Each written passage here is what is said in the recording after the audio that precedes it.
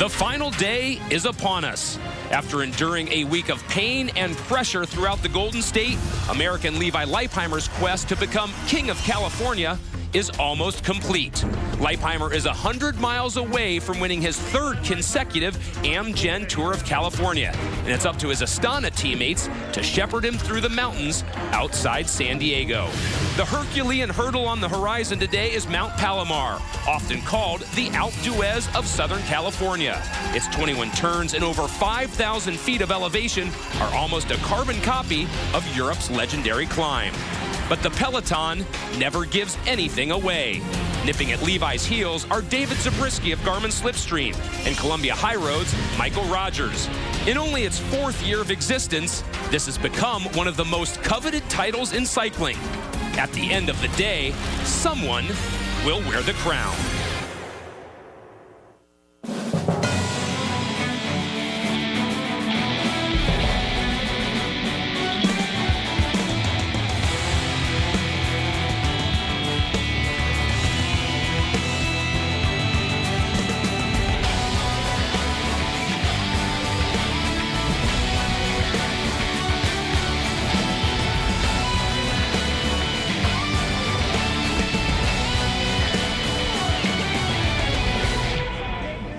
After 750 miles of crisscrossing California, Escondido is set to welcome our cyclists. The final finish of this year's Amgen Tour of California. Both the riders and fans have done their part.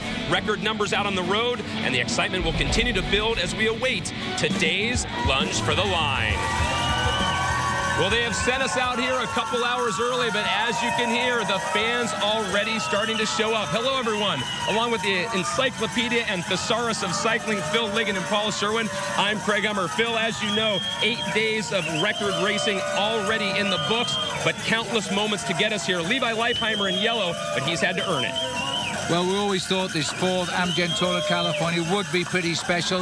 The weather turned out to be the big talking point in the early days, but let's go back to Sacramento a week ago when Fabian Cancellara won the prologue time trial. And he looked to be a solid leader, but the next day he will be out of the race with sickness. And the next day, Paul, on the long road to Santa Rosa, the rain was with us. The rain was with us, but Francesco Mancebo had the sunshine on his side, because when he came to the line, he got himself the stage victory and the overall lead. What everybody had been waiting for many years was to ride over the Golden Gate Bridge, and the race did that on stage 2. Yes, and on the road to Santa Cruz, on the Bonnie Doon climb, Levi Leipheimer launched an attack which probably has won in this Tour of California. Finished second on the day to Tom Peterson, but he pulled on the race leader's yellow jersey. Going further down the line, it was going to be a very dangerous Amgen Tour of California. Levi Leipheimer was right in the middle of that stack, but he got up and continued to ride. But it was a day for the sprinters. Tor Hushoff, the big god of thunder, he came straight out of the pack. Yes, the sprinters were having their say at the moment, and the yellow jersey was staying with Levi Leipheimer. The crashes continued too. Oscar Freire, Kim Kirken going out of the race in this one. But at the finishing line, the Manx missile was home, and in came Mark Cavendish, the first of 2 days of success. Well, the next day it was déjà vu, because Mark Cavendish was faster than any of the other sprinters once again. But after that, the time trial in Solvang was spectacular. Armstrong was back, and the crowds were double in numbers in Solvang, and what they witnessed was Levi Leipheimer winning the event for the third time. Now will he win the Amgen Tour of California for the same number of times? Consolidating his yellow lead overall.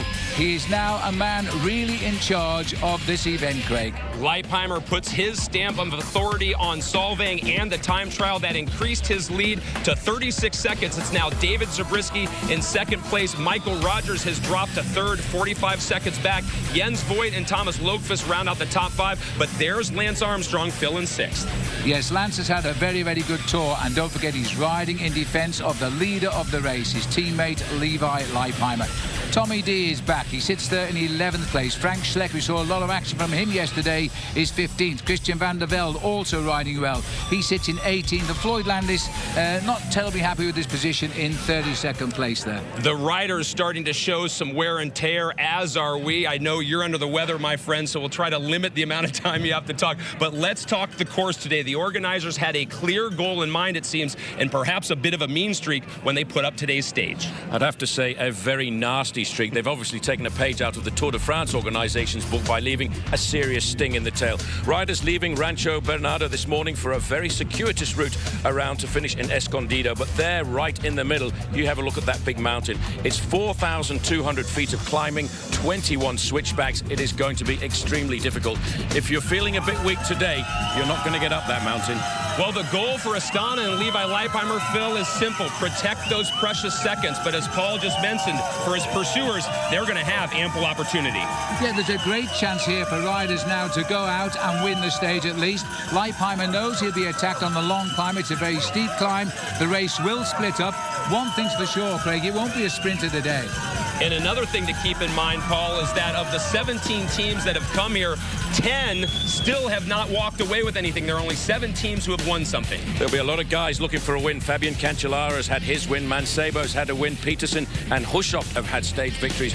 Cavendish, well, he's a man. He's got 2 stage wins under his belt.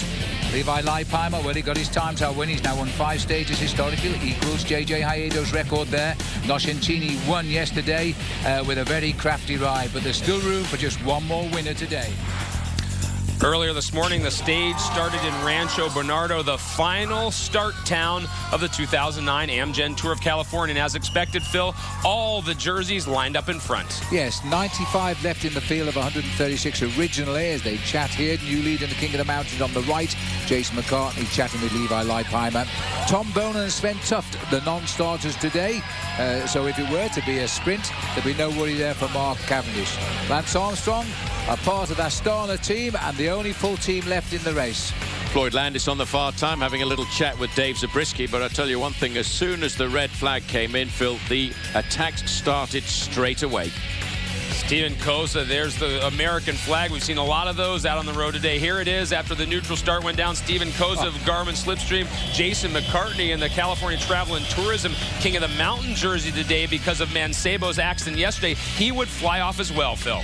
Yes, well, we're only 3 miles from the top of the first climb of the day, and here's the summit, and it's the new leader in the King of the Mountains showing his worthiness of leading the jersey after Mancebo crashed out yesterday. Jason McCartney over the top ahead of his teammate Andy Schleck and Ben Jacquemain in third.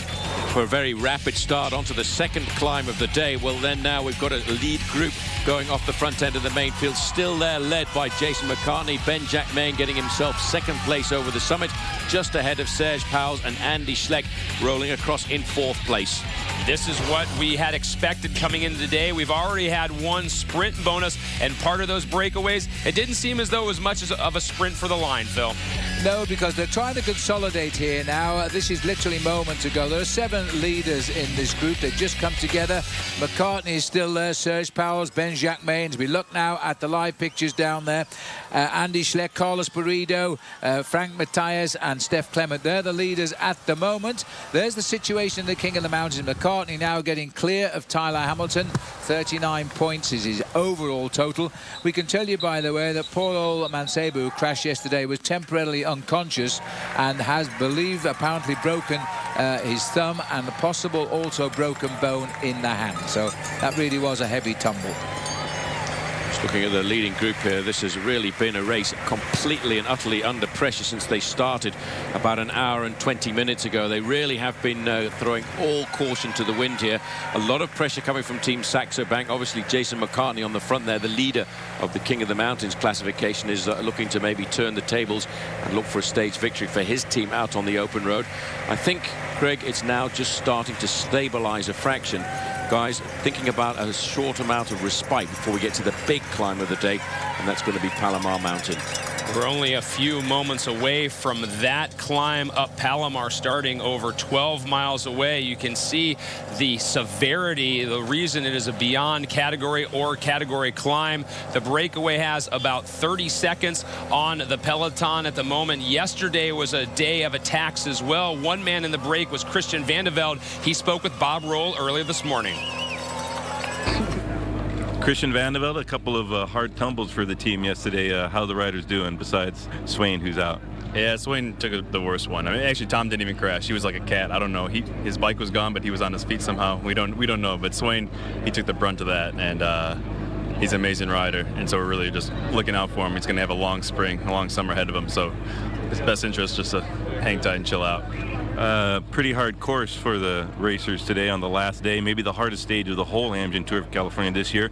Any chances to attack from the team and chip away a little bit at the lead of Levi Leipheimer? Yeah, I mean, it's just gonna be like yesterday. It's gonna be a replay of yesterday, but just exponentially harder. So it's gonna be. We have no idea. You know, I mean, this is unknown, especially in February. You don't know how your body's gonna react after a really hard week of racing already, and you know, Palomar's up to over 5,000 feet, so you know your body starts reacting differently at high altitudes and stuff like that. So it's gonna be good.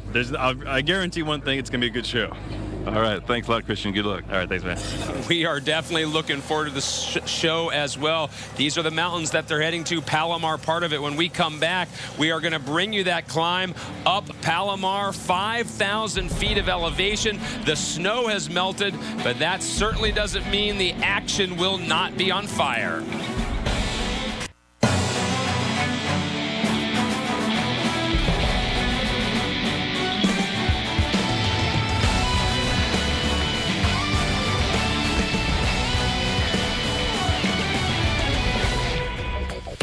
A quick update of the jerseys, Phil. They pretty much all stayed the same except for that California Travel and Tourism King of the Mountain jersey. Yes, unlucky for Mancebo, but happiness for Jason McCartney. He's ridden well today too. He's topped the first 2 climbs so far. Levi Leipheimer's had yellow for a number of days. This morning, Bob Roll had a chance to speak with him. You've ridden an absolutely flawless Amgen Tour of California so far, but one more very hard day to go. Well, I don't know about flawless. I remember a moment there when I fell over a wheel. That hurt, but no, the team is ridden flawless. I'll agree with that. And one more day, it's going to be tough, but we're super motivated. We had a great meeting in the bus, and the atmosphere is really positive. Seems like there could be some strong attacks from the field. A lot of guys not that close, but close enough to worry about. Yeah, there's a lot of guys that are, you know, close enough to worry about, and everybody's going to try to break the race open, but we got to stick together like a band of brothers and hold on tight. All right, best of luck, Levi. Thank you. Levi Leipheimer knows quite well what has to be done, a veteran of so many years in the peloton, Phil. He could be a few hours away from confirming his place in history with that 3rd consecutive Amgen Tour of California win. Yes, like all leaders on the final day, you don't want to be appearing too overconfident. The race is not finished yet. And we've had a very good attacking day so far. Astana have been up to everything. They've been under pressure, but they've marshaled the moves. And this little group now, which is up front, is 7 riders strong. They're actually climbing here, the base of the mountain, but it's not the official start of the climb. Andy Schleck's been in the move all day. Jason McCartney has as well. He's won both climbs so far. Barredo has come up. Steph Clements come up. Serge Powell's rather, was in the move all day. And Matthias Frank has come up, and Ben Jacquemain has been up there as well all day. They're heading towards the feed now, and then once to the feed, officially, they do start the climb of the Palomar Mountain. Now, these grades in America, Paul, are not like the European climb, the Pyrenees, the Alps. They're not quite as steep, are they? No, but this is a longer mountain. Don't underestimate it. It's a climb of around about 11.8 miles of climbing. It climbs up 4,200 feet in elevation alone. And the climb itself, yes, okay, the gradient is not so massive at 7%. But a lot of guys will suffer because of the altitude at the summit, which is 5,100 feet. There will be some guys throwing out the sandbags in the main field, just trying to stay in contention. Christian Vande Velde, we heard, said to Bob Roll this morning, it really is going to be a test for a lot of these riders early on in the season. No one's really quite sure of their form. I certainly can say Levi Leipheimer has proved his form day in and day out. But the other thing that makes this climb interesting, Phil, as I told you earlier on this week, I did this climb about a month ago, is that it's actually in 2 sections. You go through this section in the lower part where the gradient isn't as bad, making their way through the feed zone, taking on the necessary fuel as they will continue to attack this summit. But it goes through this first part where the gradient is not as bad. Then there's actually a false flat for a little bit. In fact, even a little bit of downhill. And then you go into the major section, the final section where those 21 turns are. That's right. And that's why they don't officially start the climb until we get over the top of this false approach. We don't see too much of the Grim Reaper today because it's going to be quite a painful climb up here. A lot of guys might feel about to pass into the next world before we get to the top. Thin air, as Paul says. definitely thin air once you get up to the top. But I think now, after what was an incredible start, the first hour and a half of racing was absolutely full on with attacks coming from all quarters. It's now settling down into a comfortable tactical situation once again for Team Astana. Yes, there's a group of 7 riders we're looking at here, and they've got themselves now, Phil, around about a 2.5 minute advantage. But the best placed rider in this leading group, in fact, is Ben Jacquemain, and he started at a 24th overall, and he's looking for almost 7 minutes. So no alarm bells just yet. No, not at all, Giuseppe. Chance to have a look at the peloton here. It's been a tough day to try and organise the control of the peloton by Astana, but they've finally done it now. They had a little bit of a problem earlier on because Jakovic had a puncture, and the boys had to slow down and reorganise. There's somebody flown up off the inside. That was Rock Racing launching an attack. I'm not sure whether it was, in fact, Enrique. It wasn't Enrico Gazira, so it must have been Chris Baldwin gone there. Well, I didn't quite glimpse who was leaping out of the front, but certainly I have to say Rock Racing have been very aggressive, Phil, over the last couple of days. 164, in fact, it was correct? Enrique Gutierrez. I thought it wasn't him. I couldn't see the flashes on his jersey of a former Spanish champion, but it is Gutierrez. Favourite terrain for him as the Spanish rider tries to get a reaction from the field here, because you see, as soon as this road has started to go up, a lot of teams have started to hurt this field. This is going to be a very good climb today, and they've got to be up to it. A rider from Ouch, presented by Maxxis as well, coming up behind Gutierrez. We saw Floyd Landis, speaking of that team Ouch presented by Maxxis, saw Floyd Landis, Paul, earlier try to break away a couple times, and they would just not let him go. Very often in a stage race, riders will hold a fraction back because they know they've got to get out and get going through the next day's racing, but there is no next day's racing today. This is the final day of the Amgen Tour of California, and you can dig very deep into your reserves here because you know you don't have to recuperate and race again tomorrow. So there will be a lot of guys really giving it their all this afternoon. That number 103, or is it 105, Tim guys? Johnson. No, it's Tim Johnson. 103, Tim Johnson. Gone and read that very, very well. So Tim Johnson has bridged up to Enrique Gutierrez. The peloton going through the feed zone. Absolutely essential to take this fuel on. It's no longer, as Paul just mentioned, about tomorrow. It's about getting through today's stage. After they finish Palomar, they still have that cold grade road climb at the very end. And I think that's where a lot of the climbers feel that's the final place for them to attack. Certainly, it's ideally situated at around about 15 miles to go to the finish with an undulating set of false flats after the top of that. But this climb here will be the first major sort out, and this will be the climb that the sprinters will be very scared about, because guys like Mark Cavendish and Thor Hushoff, they were going to wonder whether or not they'll be able to stay in the pack or if they're going to trail home on the final day of the Amgen Tour. 3 guys abandoned at the start of this climb. Gel Carlson of Liquigas has gone, Daniel Oss of Liquigas, and another man from Fly-V Australia, Robert Gunn. There is only one rider left in that team now, and that is Ben Day. Well, we won't get a chance, Paul, to talk to Tom Bonin after today's stage. He abandoned the race after yesterday's stage. He's on his way home. But how would you rate his Amgen Tour of California? Well, Bonin, I think, came up against a very rapid Mark Cavendish, and he realizes that Mark Cavendish is probably the start of a new era. But don't forget, I think Tom Bonin's goals are a little bit further down the year in the month of April. Races like, of course, the Tour of Flanders, which is his home national championships, if you like, or even world championships for the Belgians. And, of course, the big race Paris-Roubaix, which are not on the horizon for a guy like Mark Cavendish. Watching a study of climbing talent here now, as Gutierrez continues to set a rhythm. We've got a little bit of a way to go to cross the gap. The last time check we got to the 7 leaders, they had 2 minutes over the main field. And now we've started the big climb, not of the day, but of this year's Amgen Tour of California. The peloton now 2 minutes and 30 seconds back. We continue to build up to the biggest climb in this year's Amgen Tour of California. The gradients, as we've said, may not be like Europe, but the fans have turned out just like it is the Tour de France, continually out on the road. The flags have been flying, the cowbells have been rung, and hey, that's a way to work off some weight right there. Taking a look at the San Diego Wild Animal Park, an 1,800-acre wildlife preserve. It opened all the way back in 1972 as really part of the Zoological Society of San Diego. And Phil, they've helped remove the white rhinos from the endangered species list. It's one of those natural environments where you can go see a number of animals in a variety of ways. The riders must have wondered what was happening here when they passed this earlier today. The elephants down there. We've seen Cape Water buffalo. We've seen rhino. Here, are we in San Diego? We are on the outskirts of San Diego. A lot of things to see in this great Southern California town. At the moment, we have 7 men off the front. This is the peloton being driven now by Garmin Slipstream as well as Astana, trying to keep that gap at a manageable distance, Paul, of 2.5 minutes. This is Christian van der Velde on the front. You might have been caught out there because he's actually wearing the Amgen Courageous jersey there at the front end of the peloton. Astana and Lance Armstrong sitting there in 3rd position. Bob was busy this morning. He spoke with Lance about how the Amgen Tour of California has been going so far. For your own comeback, how's it going after a pretty hard week of racing? It's been hard. The weather was tough in the beginning. A lot of guys nervous with the weather. Crashes, been a lot of crashes even up until yesterday.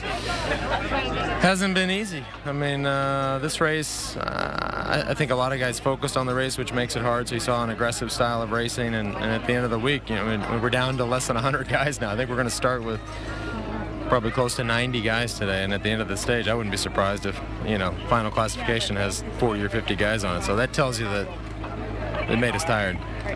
Some really hard climbs and a very tough stage to finish off the Amgen Tour this year.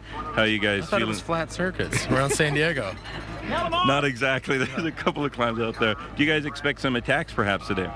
I think we expect a flurry of attacks. I mean, this is people's last opportunity to either win the race, win a stage, have an impact on the race. So it's gonna be hard. Best of luck, Lance. Thank you. The pace has certainly been on since the beginning, Phil, and 2 men who have helped push it are from Saxo Bank, Andy Schleck and Jason McCartney. Saxo Bank said they were going to give Astana a very uncomfortable weekend, and they did it yesterday, and they're doing it again today. 2 riders spearheading today for them, Andy Schleck and Jason McCartney. Yes, this is also, Phil, I have to say, again, a very solid group going off the front with Carlos Barredo in there. He's a man who we've seen finish high in races like the Giro d'Italia and the Tour of Spain. Staff Clement is a solid professional. He's in there for Team Rabobank. And, of course, put in Ben-Jacques Maine, who is trying to ride himself a little bit higher up in the overall classification. But I think today maybe looking for a little bit of glory because he starts the day more than 7 minutes behind the position of Levi Leipheimer. This is one of those days, as we mentioned, with 10 teams still to taste any sort of victory here at the Amgen Tour of California. They could try to take a flyer as best they can. It's where we are in the climb at the moment. Ben-Jacques Maine and his group at the 37.9-mile mark, about a half-mile back, is the yellow jersey, Phil. Well, there's a situation at the moment. Ben-Jacques Maine is having a good day. You remember the last time he was on the break down the Pacific Highway, his brother Andy was on his way to hospital, which was a real shame. But Ben did a great day on his way to his hometown there, San Jose. Looks here as if, as we see the time gap there at around about 2.5 minutes, Christian van der Velde has come to the front here to put a bit of pressure onto the shoulders of these guys here. They're also trying to keep themselves high up in the team classification as well. The leaders, they're pretty much ensconced on the climb, and you might just have noticed up to the right-hand side, the crowds, many people have actually spent the night up here to get themselves a good spot, especially as we go a little further up the climb, and they've been out camping. A little bit of a twister now as we start to make our way up the mountain here, and it gets steeper as we get higher. And these riders are sensibly riding this mountain because I suspect that big pack behind, and Christian van der Velde is driving it at the moment, they might try to break up pretty soon. All Astana will do is go with the moves if they're important. And I think, you know, when Lance Armstrong said 50-50 finishes maybe, he could be right here. Yeah, this is a real grueling final stage, and as one of the 2 of the riders was saying before the start, they actually don't know how their bodies are going to react to this high mountain in the early part of the year, because a lot of these riders are only just starting off their 2009 campaigns, and 5,100 feet is pretty high for the month of February. And if you remember yesterday, Paul, we had Jonathan Vaughters, the director of Garmin Slipstream, in here, and while he watched the end of the race, he was a little bit frustrated as to how Christian seemed to, his lack of attacking, so to speak, but as Christian told reporters at the end of the day, he was on the rivet the whole day. They would, you know, Phil said just before that Team Saxo Bank had said they were going to give Team Astana a hard ride this weekend. They weren't going to let Levi Leipheimer ride down here to San Diego in an armchair to get himself his third consecutive victory. And true to their word, they were on the attack yesterday, and they're right on the attack again today. 2 riders in the leading group for Team Saxo Bank, who are, let's not forget, one of the top teams in the world. Looks like Oscar Sevilla here jumping away from the field now. So Rock Racing is having a go. So Sevilla now launching his attack as well. We've seen Enrique Gutierrez go at the road, his teammate. And it looks as though one by one they're hitting out at Astana, who sooner or later are going to have to counter the move.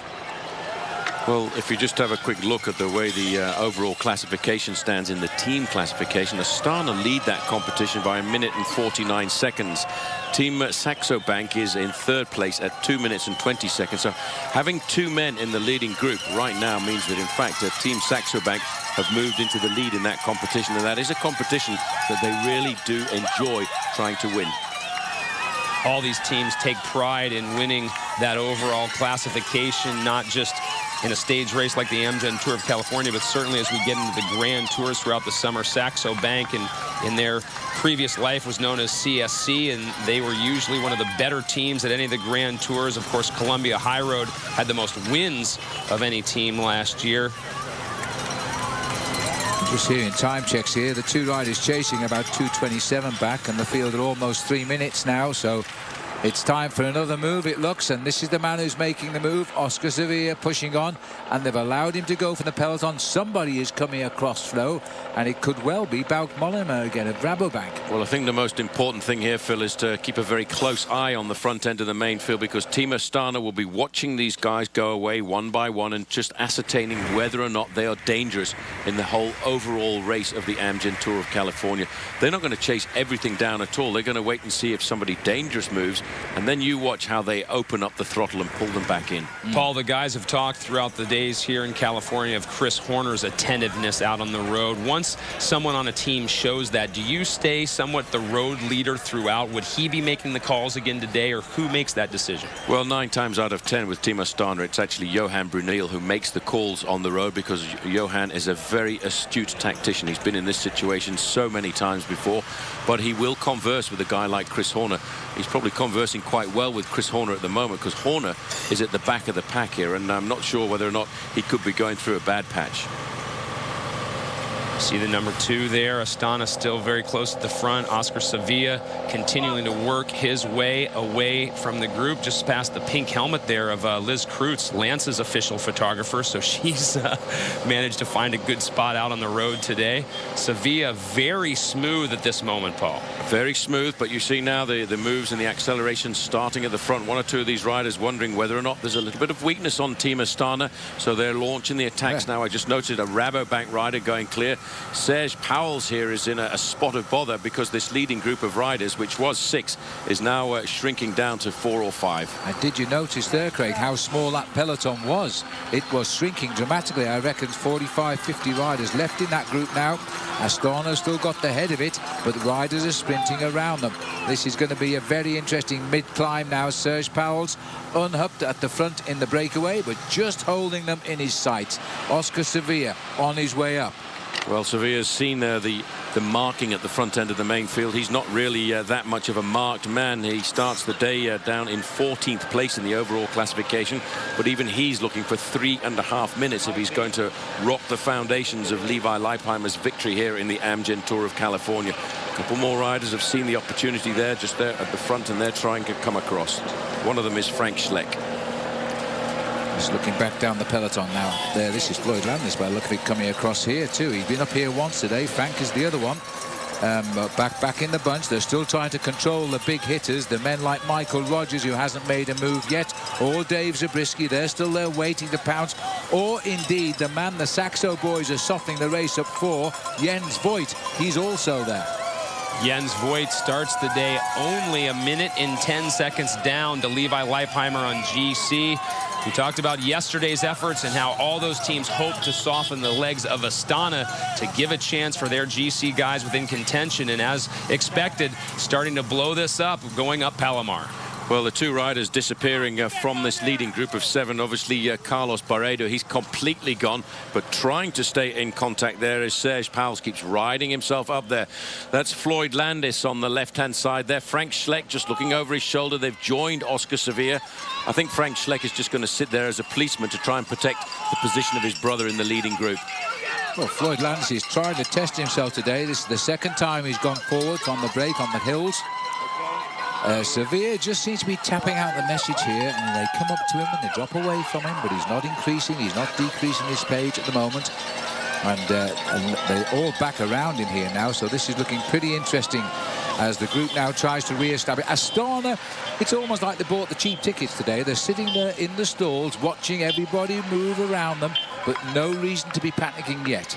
Well, except that Jens Voigt has moved up to the tail of Floyd Landis. That's there. a reason Also, to start panicking. Robert Hessink has moved up as well into 3rd place.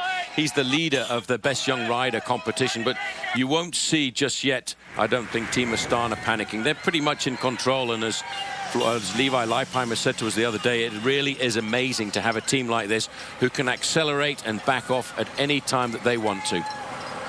Well, there's Floyd Landis now as they grind their way up Palomar Mountain. The picture's breaking up just a little bit as they head high up into Palomar Mountain. Floyd Landis getting a little help right there. Jens Voigt says to him, enjoy that one. It might not happen again.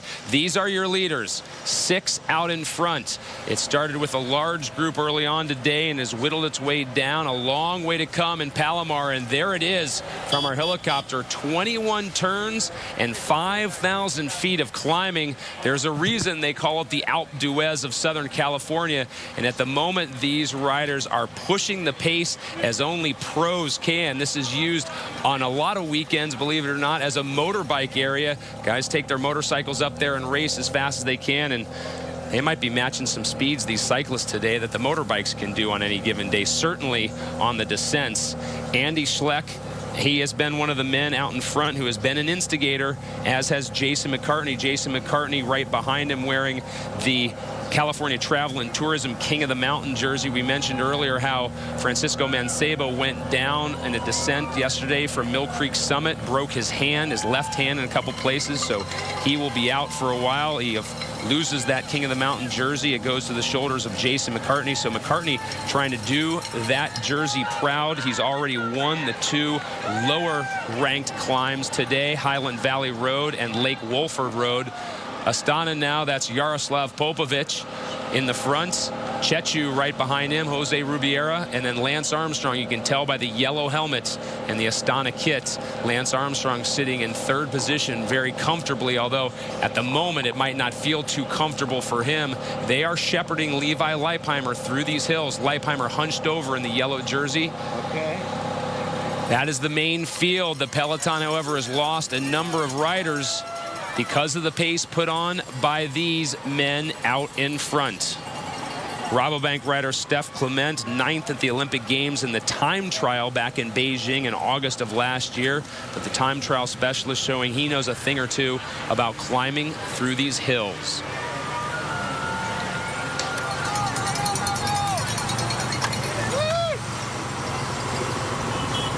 Interesting to note the cadence, how they switch off from being in their seat to work some different leg muscles every once in a while. If you could have your power tap going, they'd be upwards of 400 watts constantly throughout today's stage. And they put in the big gears, of course, that could shoot much higher.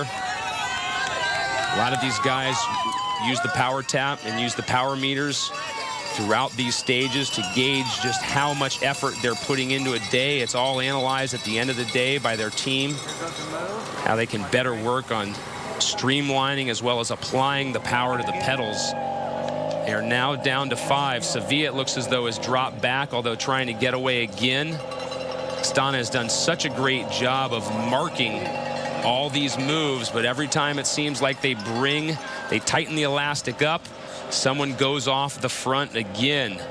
All these teams, 16 of these 17 teams, seem to be going against Astana, but that is what you would expect at this point. Levi Leipheimer and his other team members, they have their work cut out for them. They've been the strongest on the road, though, all week long. Looking down from the helicopter, we're seeing these 5 riders out in front. The gap is coming down, Craig, because there is a strong reaction from the field now. I think it's every man for himself back there today.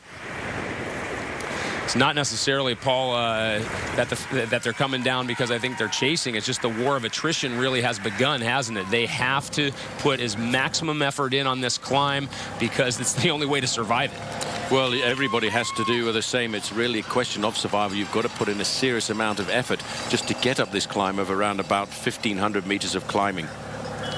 Well, this is dancing on the pedals here. Andy Schleck at the moment. He's been very aggressive all day. He's helped Jason McCartney, the rider in the Californian Tourism Leader King of the Mountains jersey, on his left, rather. That's his teammate for Saxo Bank. They had a plan, there's no doubt. They've given a hard final weekend to Levi Leipheimer. Jens Voigt has tried to get in the moves. He is 4th overall in this race, and there he is, tagged onto the back of this chase group. And this is Andy's brother, Frank, who's now leading the charge. The peloton will not want to let this one go, because right on the tail of it is 4th placed overall Jens Voigt. Well, this is, I think, the move that these guys were trying to set up a little bit earlier on today, because they know just how vicious and how great the form is in the early part of the season of a man like Jens Voigt. And that's why you can see now Frank Schleck looking over his shoulder. He wants to make sure that his teammate Jens Voigt is there, and to see whether or not they can put some pressure now onto the shoulders of Levi Leipheimer. But the Garmin Slipstream rider getting into that group as well is Tommy Danielson, who I think now is finding the form that had him as one of the great hopefuls of American cycling a couple of seasons ago. The way Saxo Bank is racing today, or even the past 2 days, Phil, is reminiscent of last July. The way they absolutely controlled the peloton, of course, on that fateful day up Alpe d'Huez, releasing Carlos Sastre to what eventually would be the winning move for last year's Tour de France. It is the brothers Schleck that are demon pairing, I must say. Never before we had brothers come out of the little Grand Duchy of Luxembourg, providing 2 riders from the same family at this level of the sport ever in that country's history. It looks as though it's not all good news for Saxo Bank, because that's Stuart O'Grady slipping off the back there as they continue. This hill is unforgiving all the way to the top. We will see the snow when we get up to the top as well. But these are the final plans of the teams now. No more cards to play after this. Tommy D at the back here. Tom Danielson has got into that move as well. This is the front group who are setting the tempo. The others are trying to follow. There's a spread of about 1.5 minutes. We're not absolutely sure at the moment. Well, I'll tell you what, there's a little bit of acceleration coming there as we're looking over our shoulders. Everyone wants to see how is the reaction going to come from Team Astana. But as I've said so many times over this last weekend, Team Astana is not the team to panic at all. Although you can see Levi Leipheimer slightly isolated here for the first time in this year's Tour. That looks like one of the big men from Colombia on the front, trying to keep the tempo nice and hard. Got to. This is Dave Zabriskie sitting on the wheel of the slightly built Levi Leipheimer. Zabriskie is lying 2nd in this race. The Liquigas rider behind is Vincenzo Nibali. Only 3 riders left on that team now. They've been falling like flies today as we get towards the top of this steep climb. Good tempo riding, but this is interesting, Paul. Leipheimer's being left to do it all by himself now for the first time. He's got no mate, and there's Ben Jacquemain coming from the front and dropping down. Well, Phil, this is why over the last 2 days there's been all of the big attacks coming from Team Saxo Bank. It's to try and put pressure onto Team Astana to try and isolate Levi Leipheimer, because they reckon that is the best way to do it, to get him on his own, because when he doesn't have his team at all, then he has to take full responsibility of the chase. The rider just in front of him there is Michael Rogers. Michael Rogers himself up in 3rd place in the overall standings. A little bit further back there, Dave Zabriskie just waiting to see if there's any weakness in the pedaling action of Levi Leipheimer. And for the first time, Phil, I have to say, in this Amgen Tour, Levi Leipheimer is under pressure. He's under pressure and he's isolated. Kevin Sealdryer, 2nd best young rider, comes onto the back here. But Leipheimer in the middle, surrounded by his 2 most dangerous riders. 3rd overall is setting the pace, Michael Rogers, the Australian. And behind him is 2nd place Dave Zabriskie. They have got their man between them, but can they do anything about it? They're moving forward. Now, these guys have got teammates ahead, and I don't think there are any Astana riders in front of Levi Leipheimer. No, there aren't, but in fact, you can see that Michael Rogers is assisting Levi Leipheimer a fraction here because he can actually see his position in the overall standings moving away from him, because up the road is the 4th place rider Jens Voigt and also the 7th place rider Robert Hessing. So everybody under a bit of pressure on the final day, thinking about the possibility that they may well lose their places in the overall standings. Well, this is what we expected, Craig, and hoped for, and it is showdown on Palomar. Well, they've just done the job there. Mickey Rogers has done the job. As you can just notice, he's just pulled himself back to the wheel of Jens Voigt and the rest of that breakaway group. Good pacemaking by Michael Rogers, and good season lies ahead of him. The man that's been dogged by injury and sickness for a couple of years. They've got this group being a very select group now. The Amgen Tour of California spread over the mountainside. The yellow jersey, the slightly built Levi Leipheimer. He's looking quite relaxed. He dances on those pedals. That's Brisky. There he is, 2nd overall, 36 seconds he would like. Right now, he's about 0.2 seconds behind him.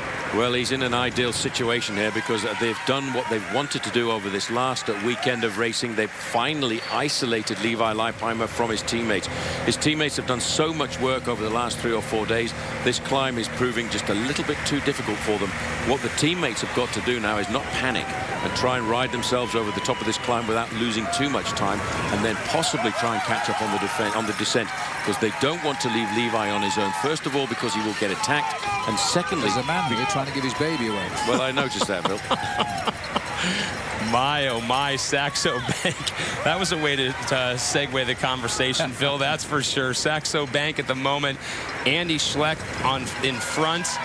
Absolutely smooth with those pedal strokes. Jens Voigt right behind him. Saxo with the numbers at the moment, as do Garmin Slipstream.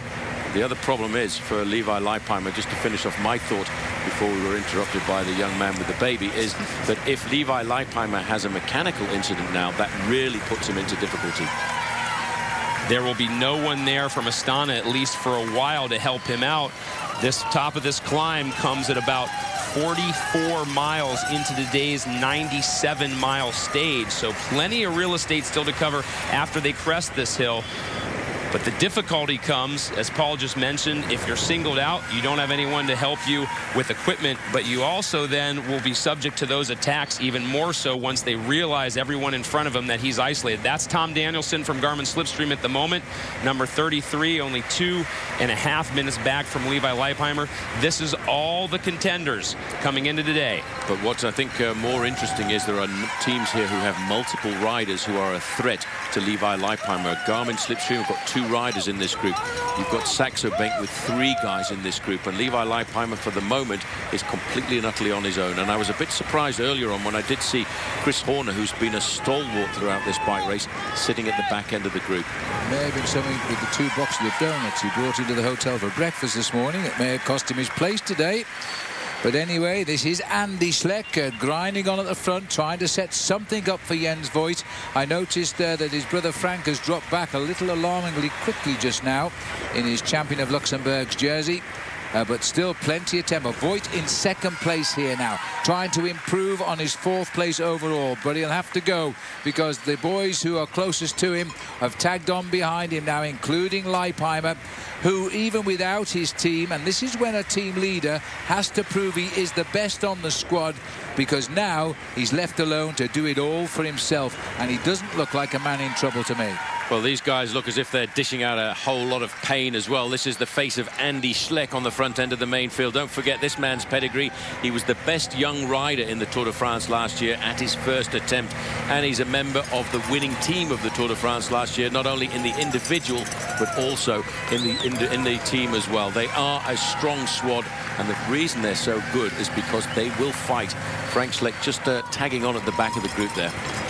At the front is Andy Schleck, followed by Jens Voigt. Tucked in is the yellow jersey of Leipheimer. Then it is Robert Gessing, the best young rider in this race. And he's such a young age, he's destined for a really good future. He loves the climbs. He's long, tall and gangly. And this is now a very select group as they set the pace up the Palomar Mountain. And right at the back now is Jason McCartney, the leader in the King of the Mountains competition. Christian van der Velde has made it as well. He'd be pleased with that. But right down the mountain now, the whole of the Tour of California has been spread eagle. We're getting to the snow line. Phil, you did a great job of pointing out just the difference facially of these riders. Schleck, you can see cracking a bit. Jens Voigt always has that look on his face, but Levi, uncharacteristically, or I should say, very much like Lance Armstrong used to do, showing no emotion at all, looking very comfortable at the moment. So, Paul, at this point, the guys that have put in all this hard work from Saxo Bank as well as Garmin Slipstream, mentally, does this start to crack them when they look around and see Levi looking as comfortable as he is? Well, you actually have a closer look at Levi Leipheimer there. He's puffing and blowing a fraction because he's under pressure from these guys, but they will feel extremely confident having 3 men in this leading group because they know that they can start to launch the attacks onto him a little bit further on because of the fact that he has become isolated. So they currently have got the psychological advantage, but they haven't done the job that they wanted to do, and that's get rid of Leipheimer. This is the biggest climb of the 2009 Amgen Tour of California. Palomar Mountain will be cresting 5,000 feet of elevation, but we will have another climb after this with only about 15 miles to go. It's a 2-mile climb up Pole Grade Road, Paul, and we can't emphasize enough that after all this softening, that's where you could see the numbers really of Saxo Bank pay off with that final spurt. There's an awful long way to go to the summit of this climb, so it really depends on how the condition is of a number of riders in this group. Are they able to sustain this effort? Because we're actually in the early part of the season. We're only the month of February, and a lot of these guys are looking to sustain an effort at this level for around about 30 minutes, and that's a hard thing to do. You may well have done a little bit in training, but to support this kind of effort, you really have to be on form very early in the season. Well, Schleck is tapping out the rhythm here, that is for sure. Yesterday, the man who was in the lead in the King of the Mountains, Francisco Mancebo, crashed. We believe he was trying to help a teammate put his chain back on. He crashed, and he, in fact, was unconscious momentarily, and he did break his thumb, and he did damage the back of his hand as well. But one thing the riders are saying here, and that is that the medical team on the Tour of California has had some very nasty injuries over the week to deal with them. And under the guidance of the race doctor here, Rami Madaba, who is actually a very top surgeon as well, it is turning out that they are saying that this is the best medical team they've ever experienced on any stage race. That's a terrific feather in the cap of Dr. Madaba and his team. Well, I think they've done a great job keeping you on the road as well for the last couple of days. Well, I have to admit, I sent him a text, and he did send me some antibiotics, yes. And now it's Paul Sherwen's turn to take the antibiotics. We've all got through thanks to Rami Madaba, the doctor on the medical team here. But right now, the tempo being dished out. And as we look at the pictures again, it is still Jens Voigt stamping on those pedals on the front.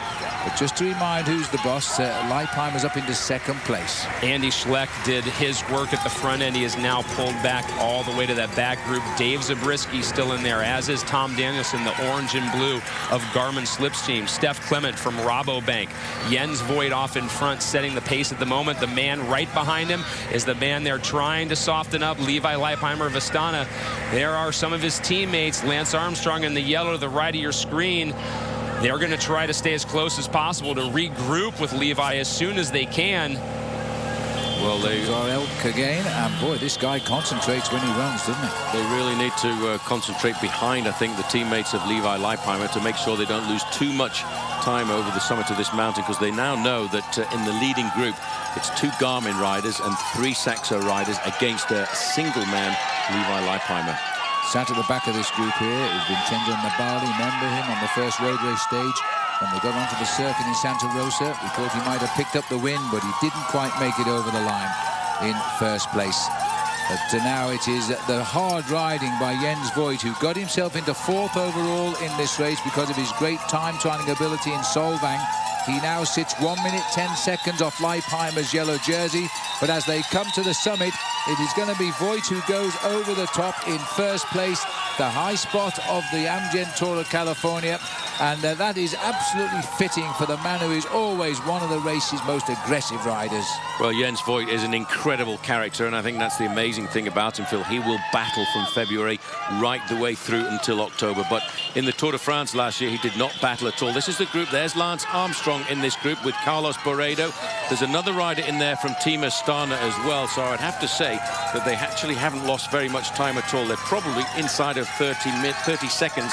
Yaroslav Popovic is the other rider, so he's got two strong men who I reckon once they start the descent have got a very good chance of catching back up to assist him. Paul, as we just saw, Levi Leipheimer absolutely passing this test on Palomar. Would you say Astana has done the same, or by virtue of them dropping off, you won't give them the passing grade?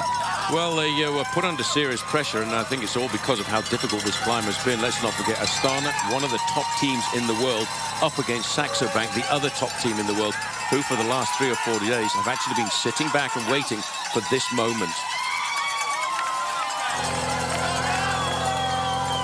Speaking of waiting for this moment, the fans on the top of Palomar have been waiting 24 hours to witness what they just saw, which is Saxo Bank putting the hammer down. Andy Schleck and Jens Voigt now off the front yet again. They have all isolated Levi Leipheimer of Astana. It's up to the team now to come back and help out the yellow jersey wearer.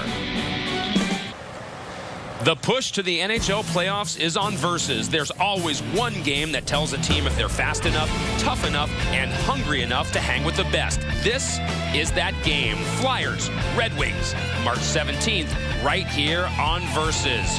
Well, while we were away, it was the descent off Mount Palomar, and the selection has definitely happened here in stage number 8. Frank Schleck, Vincenzo Nibali, Bauke Mollema, and Glenn Chadwick of Rock Racing are the 4 off the front end of that group that went over the top together.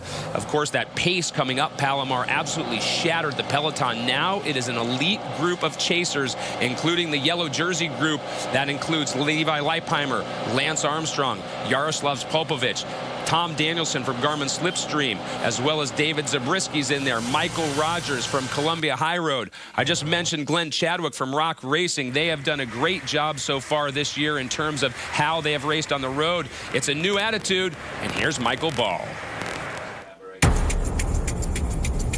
We're about business now. We don't need to be over the top. We're here to race and compete.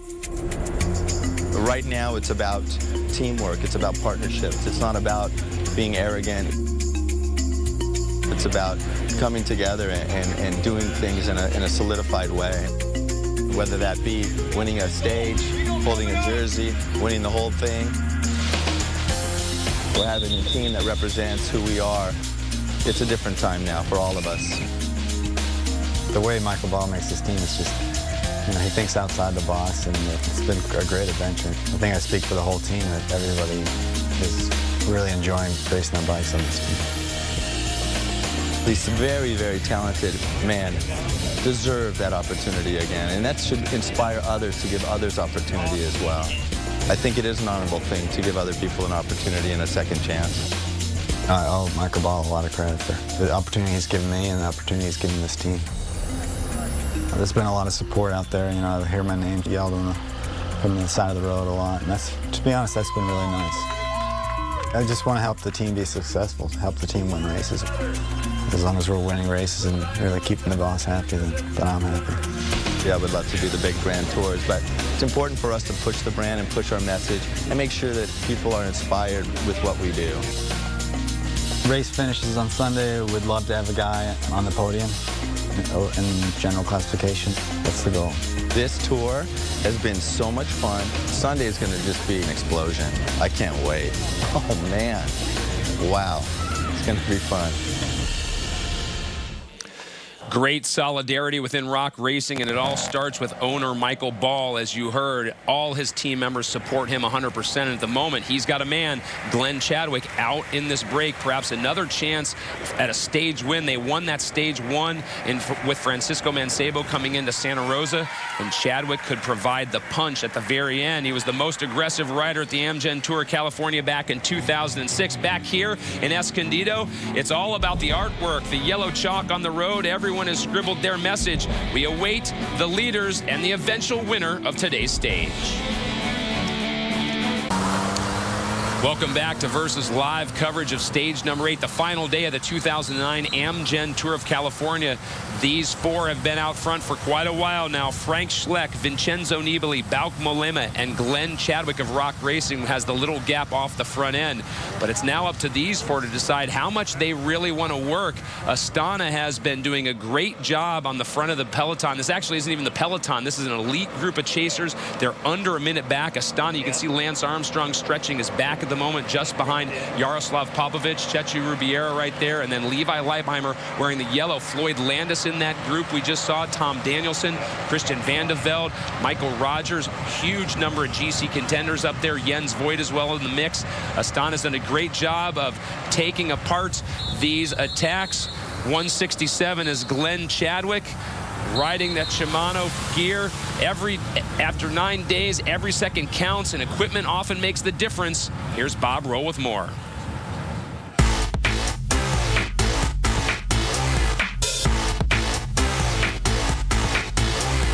One of the best kept secrets in the pro peloton is Pro Components, makers of handlebars, stems, seat posts, and disc wheels. At the Amgen Tour of California, you can see teams like Columbia High Road, Rabobank, Rock Racing, Teep Type 1 using this equipment. And over in Europe, you have FDJ as well as Skills Shimano all using this equipment. This is the more conventional two-piece bar and stem combo, the Vibe. And this is the sexy Stealth, one piece, all integrated carbon. And of course, it does come in the very flashy white color as well.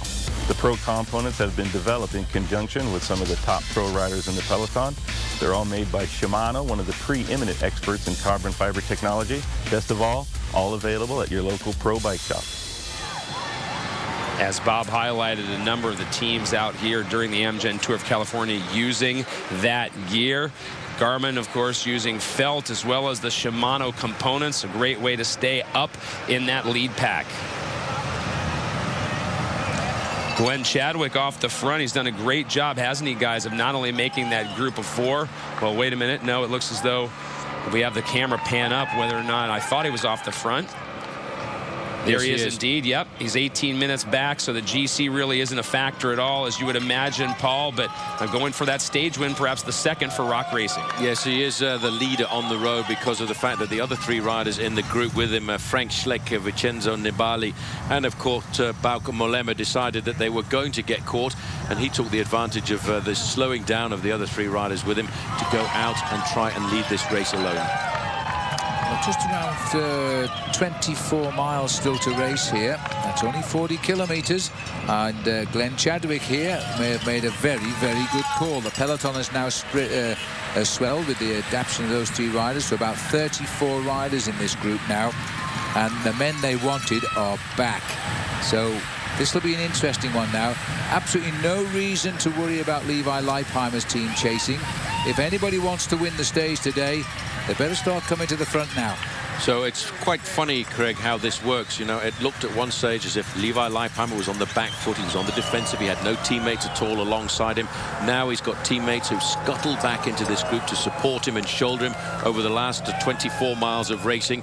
And now they are actually in the tactical position of being in strength, because they don't want to win the stage. All they want to win is the overall title at the Amgen Tour of California. So they will have to see whether or not any of the other teams are now prepared to chase down Chadwick. We've said a couple times as well, and it bears repeating, Vincenzo Nibali, who was out in that front group of four, he is the closest on GC to Levi Leipheimer at 2 minutes and 21 seconds. Phil, we highlighted at the top of the show today that Astana has that house money to play with. They've got all those seconds. They've worked all week long in the bank, and now's when they're hoping to cash them in. Yeah, and they've got Armstrong, Chechu Rubiera, and Popovic. They're the guys who've come back to help him in that group now and guard him all the way to the finish. So it's a routine finish for them now, but they had to work hard for it earlier on, I must say, when we isolated Levi. Last year, Glenn Chadwick won a couple stages of the Tour of Arkansas as well as the GC. That was his biggest group of wins all season long. This absolutely would put the Palmares on a whole different level. To win the final day at the Amgen Tour of California will be something to talk about. Rock Racing absolutely in the mix and even dictating the pace, but Levi Leipheimer comfortably in striking distance. One man off at front. It's Rock Racing's Glenn Chadwick. He has descended off Mount Palomar, and now he's at about a 2-mile false flat before they head up Cole Grade Road. The three men who he left behind, Frank Schleck, Vincenzo Nibali, and Bauke Mollema, are doing their best to stay in contact, about 12 seconds behind. The elite group of chasers we've been talking about still right at a minute. So Levi Leipheimer well protected. Now the group says 45 seconds. Leipheimer in yellow trying to win that overall. And you know, in a stage race, very little is left to chance, and there's more often than not a formula to success. Paul Sherwen explains. One of the most perplexing aspects to get one's head around is deciphering how victory is achieved over 9 days. Cycling often complicates things by having several contests within the race. Face it, there's a jersey awarded for everything conceivable in a stage race. Thanks to the popularity of the man from Texas who beat the world 7 times over, the yellow jersey has become synonymous with the race leader and ultimately the race winner. The man wearing yellow is the marked man. He's the rabbit from greyhound racing that everyone wants to catch. The race for yellow is a race against time, but rather than measuring time over 1 day, the clock runs for 9 days straight. There might be any number of riders who will wear yellow after the daily yardsticks are added up, but what's more important is taking the final yellow jersey home. In essence, the man who stopped the clock the fastest from start line to finish line the most consistently from Sacramento to Escondido, California, is the man who will walk away with the spoils today. Usually that man wins an individual stage or two along the way, being fastest when it counts the most. But there's no rules that say he has to win anything at all in order to achieve the ultimate goal of getting through 750 miles faster than anybody else. In the end, although cycling can seem more ponderous than quantum physics at times, it boils down to the simple fact of who can cover the distance in the least amount of time. The efforts of his teammates go to achieving that goal, even at their own peril, making cycling one of the greatest team sports ever conceived. The king of consistency in California has unquestionably been Levi Leipheimer of Astana so far. He's 36 seconds ahead of David Zabriskie, 45 seconds ahead of Michael Rogers from Columbia High Road. Jens Voigt, we saw in the attacks earlier today trying to close that gap, but he was eventually brought back, and Thomas Lokvist rounds out your top 5. Leipheimer has worked all week long, as has his Astana team. Lance Armstrong in the yellow helmet off the front at the moment. Jaroslav Popovic right there as well. Levi tucked into 4th position behind Chechu Rubiera. A lot of big names in that group, including Christian Vandevelde, Tom Danielson, Michael Rogers, Floyd Landis. So Astana more than happy at the moment to keep that gap right around 45 seconds. This is Glenn Chadwick hoping to survive, and a little bit from now he's going to make a big left-hand turn and he'll stare at Cole Grade Road, a 2-mile mountain that could launch him to victory.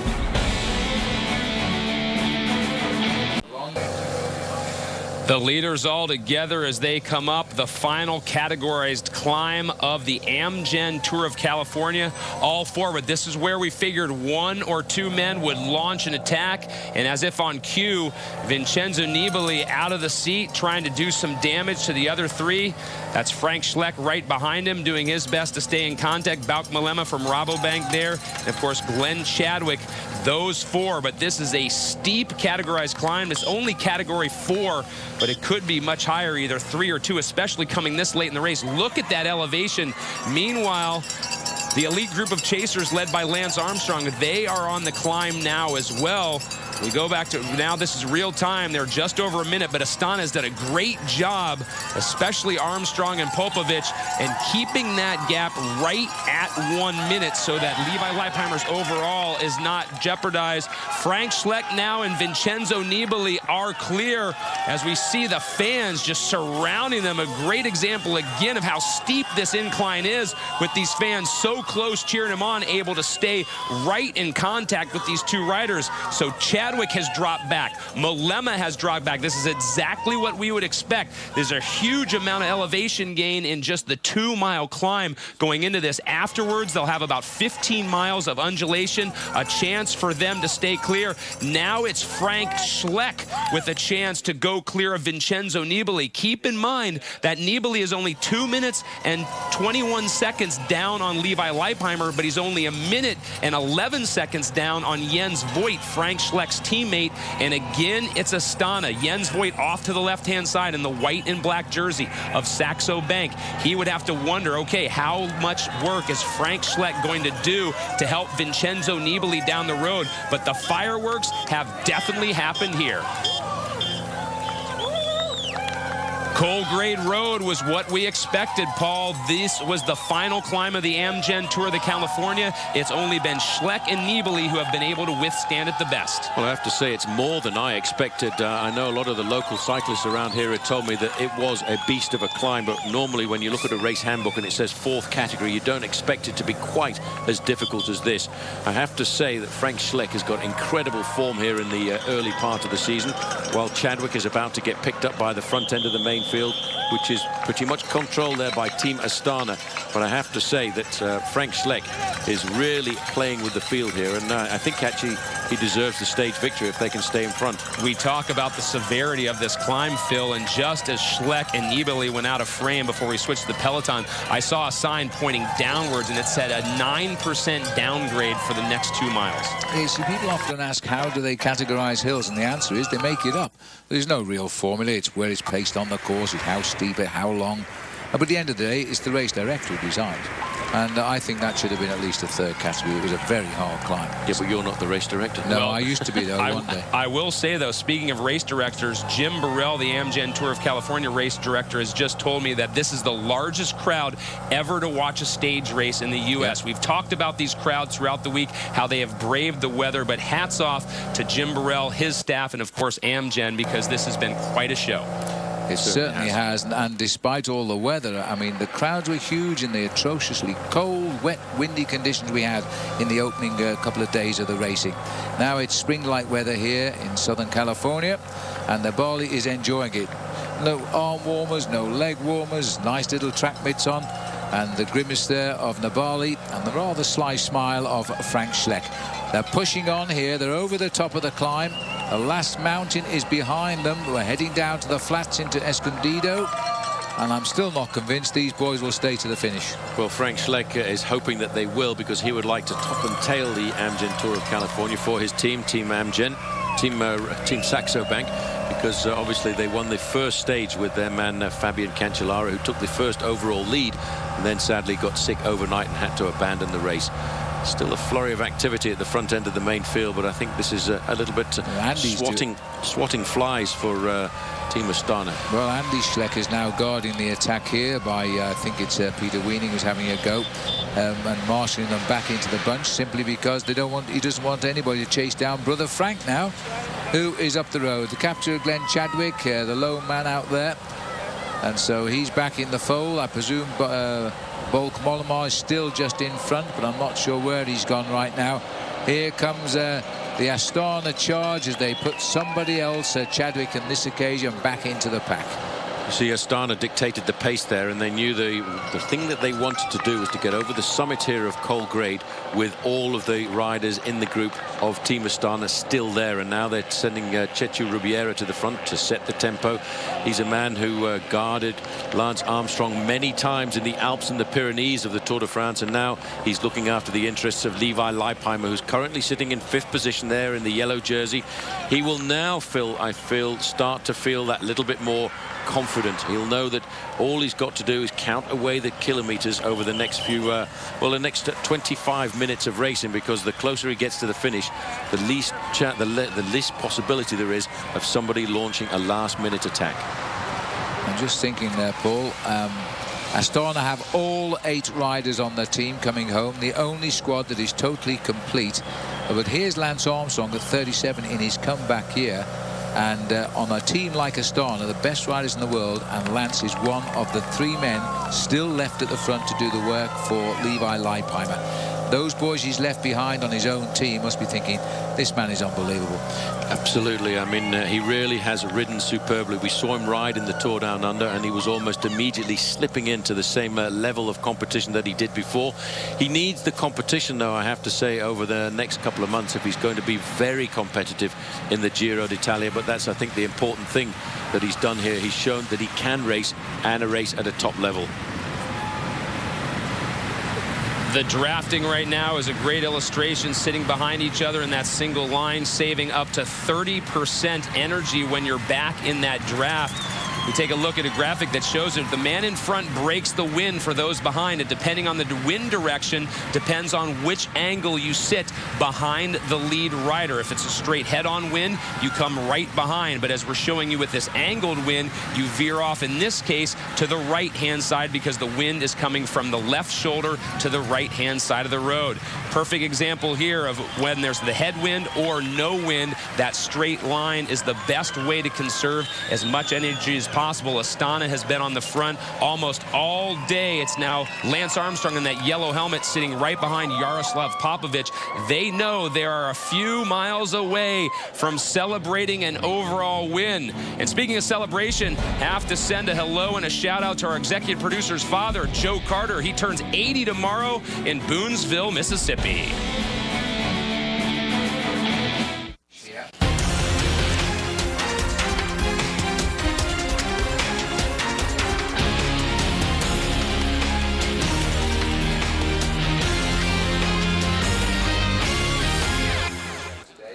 Glad you could join us live here on Versus for the final stage of the 2009 Amgen Tour of California. 100 miles in length. Astana has controlled the peloton well. Levi Leipheimer's lead is still comfortable. Well, just look at Leipheimer there. He's just riding along, enjoying life. He knows he's won this race now, and after the hard battle of the mountain, it's a freewheel home. This was the day, though, we all expected, Paul, wasn't it, with these 4 categorized climbs, including that last one on cold grade. So I'm going to ask you, what are you most surprised with? Levi getting isolated on Palomar, Astana's lack of, shall we say, nervousness because they stayed that steady pace coming back, or the grade of cold grade at the end? No, I'm a little bit surprised that Levi Leipheimer was isolated there, because his team have looked so solid over the last few days that really I wouldn't have thought that they would have completely and utterly disappeared. But what I'm impressed is that they didn't panic at all. They kept themselves as a solid block. They dragged themselves back into the race. They regrouped, and now they're forming themselves at the front like a very serious organized body. In years past, we've always seen this train work for Lance Armstrong. Today, it is Lance Armstrong working for Levi, as he has done all week long, except, of course, during the Solvang time trial. Meanwhile, the 2 off the front, Phil, Vincenzo Nibali and Frank Schleck, they made their move on that steep incline up Cold Grade Road, and so far, they're making it stick. No, they seem to be working together now. The gap is being held at a minute, so at the moment there's no danger to Jan Voigt's 4th place overall in favor of Nibali. So Frank Schleck looks as though he's been given the orders now to ride. 80.7 miles is where the leaders are at the moment. 78.4 miles is where the chase is. So they're prizing open this gap, and I'm just not too sure now what's going on now. Here's Frank Schleck saying, what's going on? Why don't you come and give me a hand? And it looks as though Nibali isn't too willing to help out anymore. Or he's starting to feel just a little bit fatigued on this long breakaway. They're still locked in at 1 minute and 10 seconds. There you can see the help is coming from Team Quick-Step now. I wonder if they're thinking about the possibility of a victory at the end of the day for Carlos Barredo. I'd noticed that George Hincapie is in this move. Now, if they pull it all back together at the end, Hincapie could be the replacement sprinter for Team Columbia. Now, if you remember, the winner of the last stage of the Amgen Tour of California, the winner of the last stage of the Amgen Tour of California last year just happened to be George Hincapie.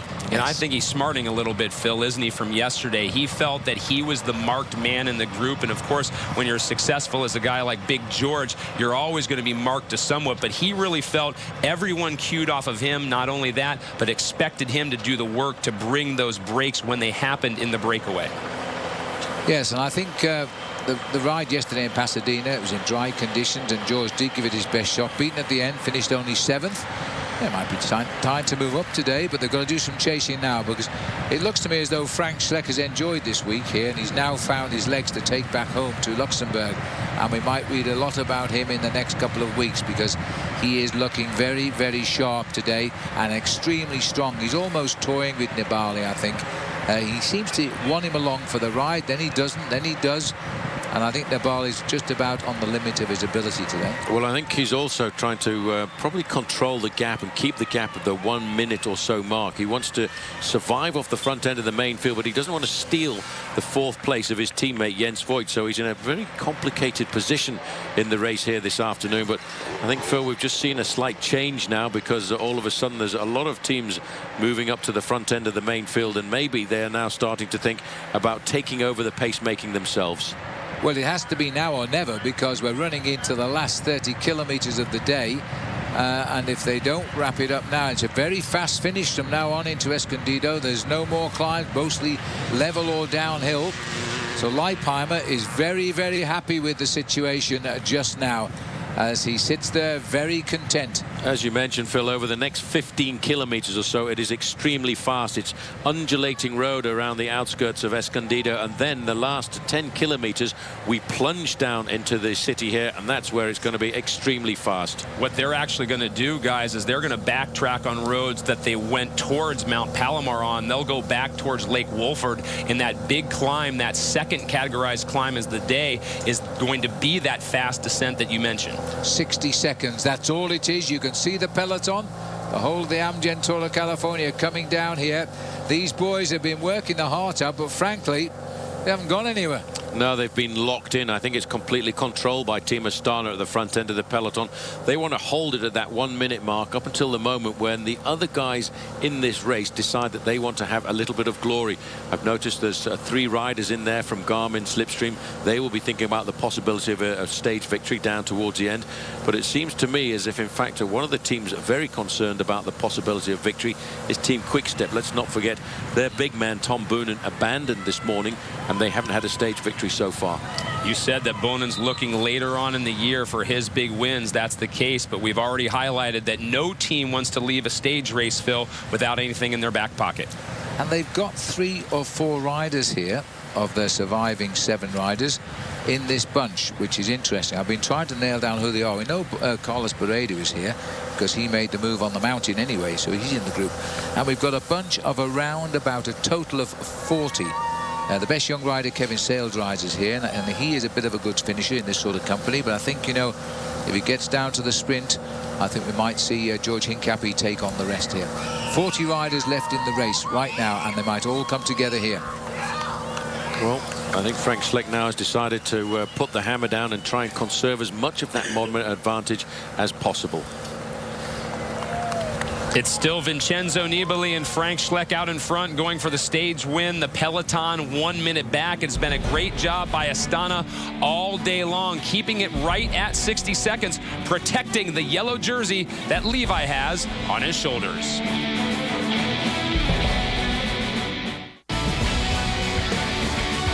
Just north of San Diego, we're in Escondido awaiting the finishers. It's Frank Schleck and Vincenzo Nibali, about 15 miles now from the finish. They've gone through all the categorized climbs. They have been working together for a long time now after they were able to drop Bauke Mollema and Glenn Chadwick.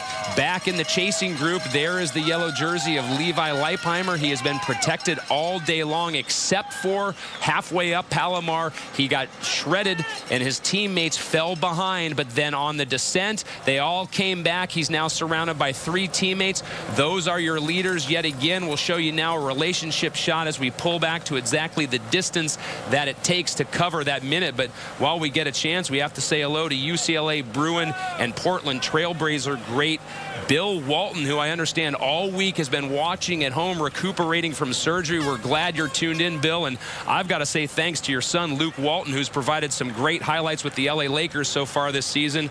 Just living in Los Angeles County, it's fantastic to see the Lakers doing so well. But today it is all about cycling. That is the peloton charging. It's come back to about 1 minute and 10 seconds. But Astana has done exactly what they have needed to do all day long.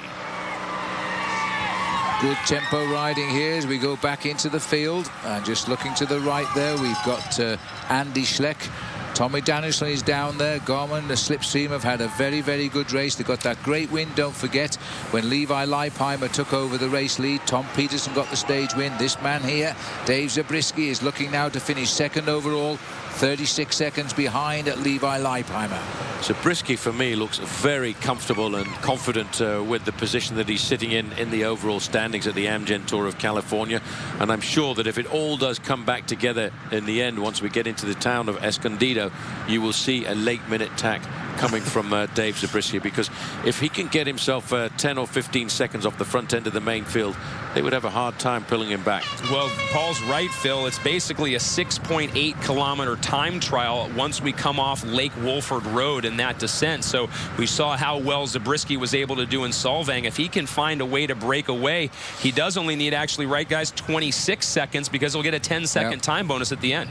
Well, that's absolutely right. He would get a win bonus if he could win it, but I can't see that happening. Even the great time trialist that he is, I think that Levi would be a little bit too sharp for that. When you ever get shots at Levi, you always see one man is riding to protect him, and that is Chechu Rubiera. He's always by his side, allowing no one else near him. It's the other two, Armstrong and Popovich, who are doing the pacemaking. Well, Levi is a very sharp man when it comes to tactics, and he will be very alert, Phil, over the next few kilometers. The situation out on the road there, you can see there's not very much difference between the breakaway and the group that contains Levi Leipheimer. I make it less than a mile difference, and that's reflected by the time, which is hovering at 1 minute and 10 seconds. Third of a mile, half a kilometer.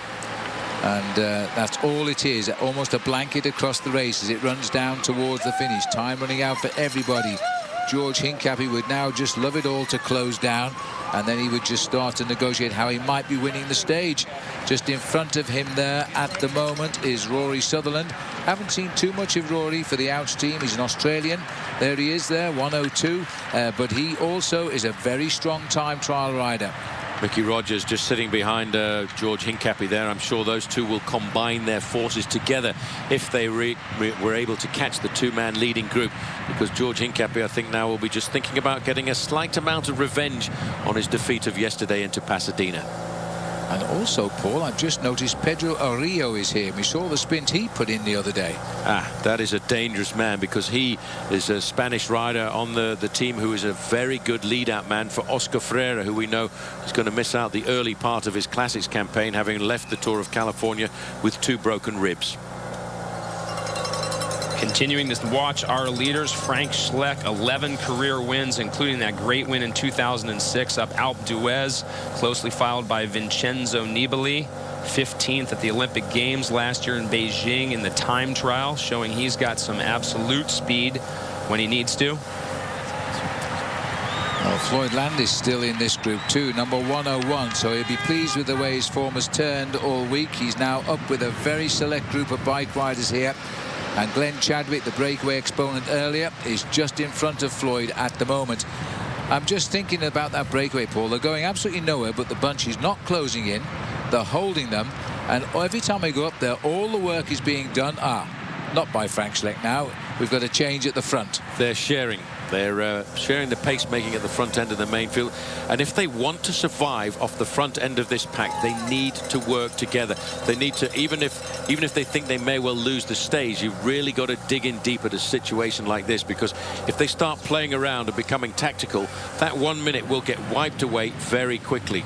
They're in precarious ground here. Back in the chase group, all the main GC contenders are together. So in these final few miles of stage number 8, they will just mark themselves. Levi Leipheimer has the advantage of numbers. They can keep continuing to bring him to the line, and Levi will simply protect that 36-second lead. Still a lot more to go, though. It's Nibali and Schleck out in front.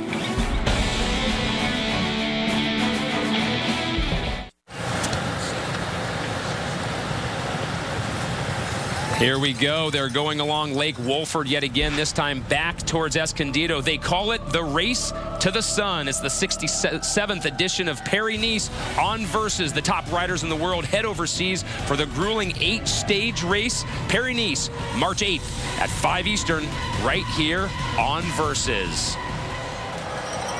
Thankfully, we have had our fair share of sun in the latter days of the 2009 Amgen Tour of California. About 10 miles left in stage number 8. It is pretty much downhill into Escondido. The 2 leaders already on the decline of Lake Wolford Road.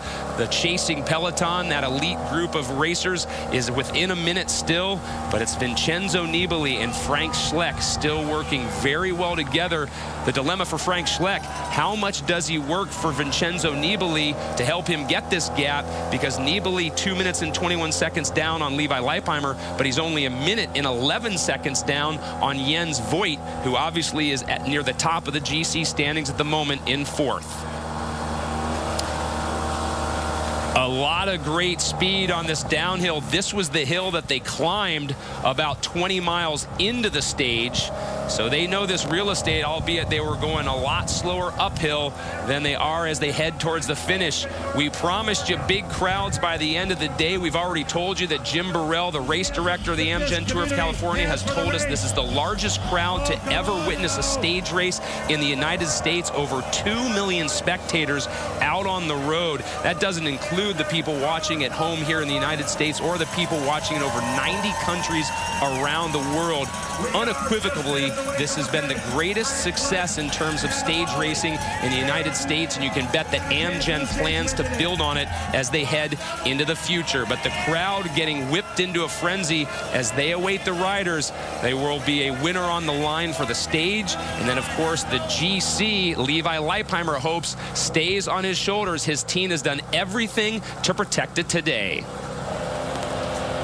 So Nibali is racing for a stage win and 4th place right now because he's in the right frame of mind, but I think that the race will react to this because there are so many guys want it.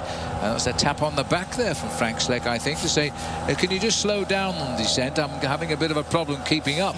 Well, you see they're getting into that very aerodynamic ski-like position. That allows the riders to make themselves almost as aerodynamic as a downhill skier, pushing the pace as high as possible, but also giving them some respite from the pedaling that they've been doing to keep themselves as high as 80 kilometers an hour. Here's the main field sweeping around the corner. That's a fairly large group, we're told, of 31 riders, and still it's nice to see now that there are other teams coming to the front to try and give some assistance to Team Astana, who, as I've said over and over again, are not concerned about a 1-minute gap. Garmin Slipstream are now in charge at the head of the field here, being shared, I think, with Quickstep and Team Columbia High Road. Those teams drive down the mountain now. Astana very happy to take a seat behind just now and see what happens. The gap is 1 minute and 10 seconds. And Nibali, who started the day, 1 minute 11 behind the 4th placed Jens Voigt, the teammate of Frank Schleck, who is still riding for the stage win. Well, they're now off that descent, Phil. They're onto the flat part of the course, and very shortly they should be seeing 10 kilometers to go to the finish, and they'll be listening now very attentively to see what the time gaps are behind. They know on a stage like this they've got a very good chance of survival, but what they will want to hear is who is chasing behind. Well, this is the behind of the peloton as we now see this group. It's around about 40 riders have got themselves together here. The rest are spread across the mountains. It would not surprise me in the least if the vast majority of those riders behind have now retired from the race, and this might be the majority of the finishers left in the Tour of California this year. They are pedaling off the mountains onto the flat roads on the final approach now to Escondido. The chasers make that left turn. They are now onto the flat. Now the organization will have to begin in earnest. Who will chase the 2 out in front? One more stage victory to claim here in California. We have had 8 previous winners leading up to today. It all started with Fabian Cancellara in the prologue, and since then it has been a who's who of cycling greats. Sprinters, climbers, the fastest in the world. The best overall looks to be Levi Leipheimer. Will he confirm it in a moment? We're about to find out. Less than 6 miles to go in this 97-mile stage under the 10-kilometer banner. It's stage 8, the final stage of the 2009 Amgen Tour California. Frank Schleck and Vincenzo Nibali, a great move coming up the final categorized climb of the day, Colgrade Road, and since then they've been on their own. 65 scant seconds separates these two from the remainder of the Tour of California. The podium places are still in the bunch. Remember, in big-time stage racing, all of those riders who finish together get the same time. So there'll be no change tonight. Levi Leipheimer will win this race ahead of Dave Zabriskie and Michael Rogers, who will be fourth. That's still very much in doubt. It could be Nibali up the road. Levi Leipheimer comfortably sitting in that pack. And a few moments ago, guys, look at this. Lance Armstrong and Levi sharing a moment at high speeds. I think Levi saying, thank you very much, Lance Armstrong, for getting me to this point. Well, Lance Armstrong, of course, has been a faithful teammate. Leipheimer was isolated only briefly out there. Now here he is riding on the wheel of Armstrong, who has been an absolute mountain today. Big Lance is back enjoying his bike riding. Levi Leipheimer has nothing more to do now. When he was called on to do something, he did it. And now he can just ride home. I think Levi Leipheimer there realizing that he's got a great solid team still around him on these final few kilometers. He knows, I think, that if they need to, they can pick up the pacemaking and halve the advantage that these riders have got. The last official time check to these two leaders was 1 minute and 5 seconds, and I think it's going in the right direction for Levi Leipheimer. That's why there was a little sign of congratulations there, maybe a sign of thank you very much for a great job done today. But going off of your formula as well, Paul, the other teams pushing the pace, trying to get the stage win. You see that single file line, they could still get caught, the two out in front. They still can get caught, and that's why this is going to be a very close run to the line here. They could get themselves caught inside of the final couple of kilometers. Oscar Sevilla has decided he wants to come up to the front end of the main field, and it's now come down to a single minute's advantage, 60 mere seconds. 1 minute and closing. This looks like Trent Lowe doing all the work for the Garmin Slipstream boys here as he drives on. And there's a lot of teams want these back, and that doesn't all well now. Rock Racing, Garmin Slipstream, Team Hyro Columbia, all putting in the pace just behind Quickstep, all working. And if you get all of these teams pulling as one, they cannot survive. Well, they really need a serious concerted effort if they want to pull them back. At the moment, Phil, they're not pulling them back fast enough. They're pulling them back at around about 5 seconds for every kilometer of the race, and they're running out of kilometers. I wish we knew how many right now, but we know that we've probably got about 7 kilometers to go. So 5 seconds a kilometer, 35 seconds, they're not going to catch. They're going to have to close in quicker than that, Paul. This is Astana now, just gathering around their man, the little man, the Queen Bee, Levi Leipheimer, and something's happened on the far side of the road there. Is that a flat tyre? Yep, flat tyre for one of the riders from Rabobank, and the team car up alongside him. Let's see how quickly this is going to be. Well, it looked as though it might be Peter Weening. I think it is Peter Weening who's had a flat tyre on the far side of the road there, and hopefully he'll get a quick change and get himself back into the main field. But he won't get back, not while they're travelling at this sort of speed. Now, international rules, by the way, if that happened in the last 3 kilometres, he would have got the same time as that group, but now he'll get a different time if he doesn't rejoin. Levi Leipheimer on his shoulder there in the Garmin Slipstream team is Dave Zabriskie, second in the overall classification. Zabriskie will now keep also a very close eye on the shape of Mickey Rogers. First place overall, and the kilometers are ticking by for Levi Leipheimer. Almost 30 hours in the saddle when he adds up today's stage, and that's been a good job of work this week. Very good job of work. He must be feeling absolutely superb inside now. 8 days of top-class racing, sometimes in atrocious, very dangerous weather conditions. Now it's all behind him. And the third victory, what was that time check? 2 kilometers to go to the finish, Phil. And so they're going to survive then. They are going to survive, because at the main field, with all of the stars of the peloton that have survived this final stage of the Amgen Tour of California, Phil, I really believe this time they've left it just too late, because it's 55 seconds with 2K to go. It's all over bar the shouting, but which of the 2 men in the front is going to win? Gled Chadwick and Bolk Mollomar must be cursing. They couldn't quite hang on that climb of Colgrave. They went back to the pack.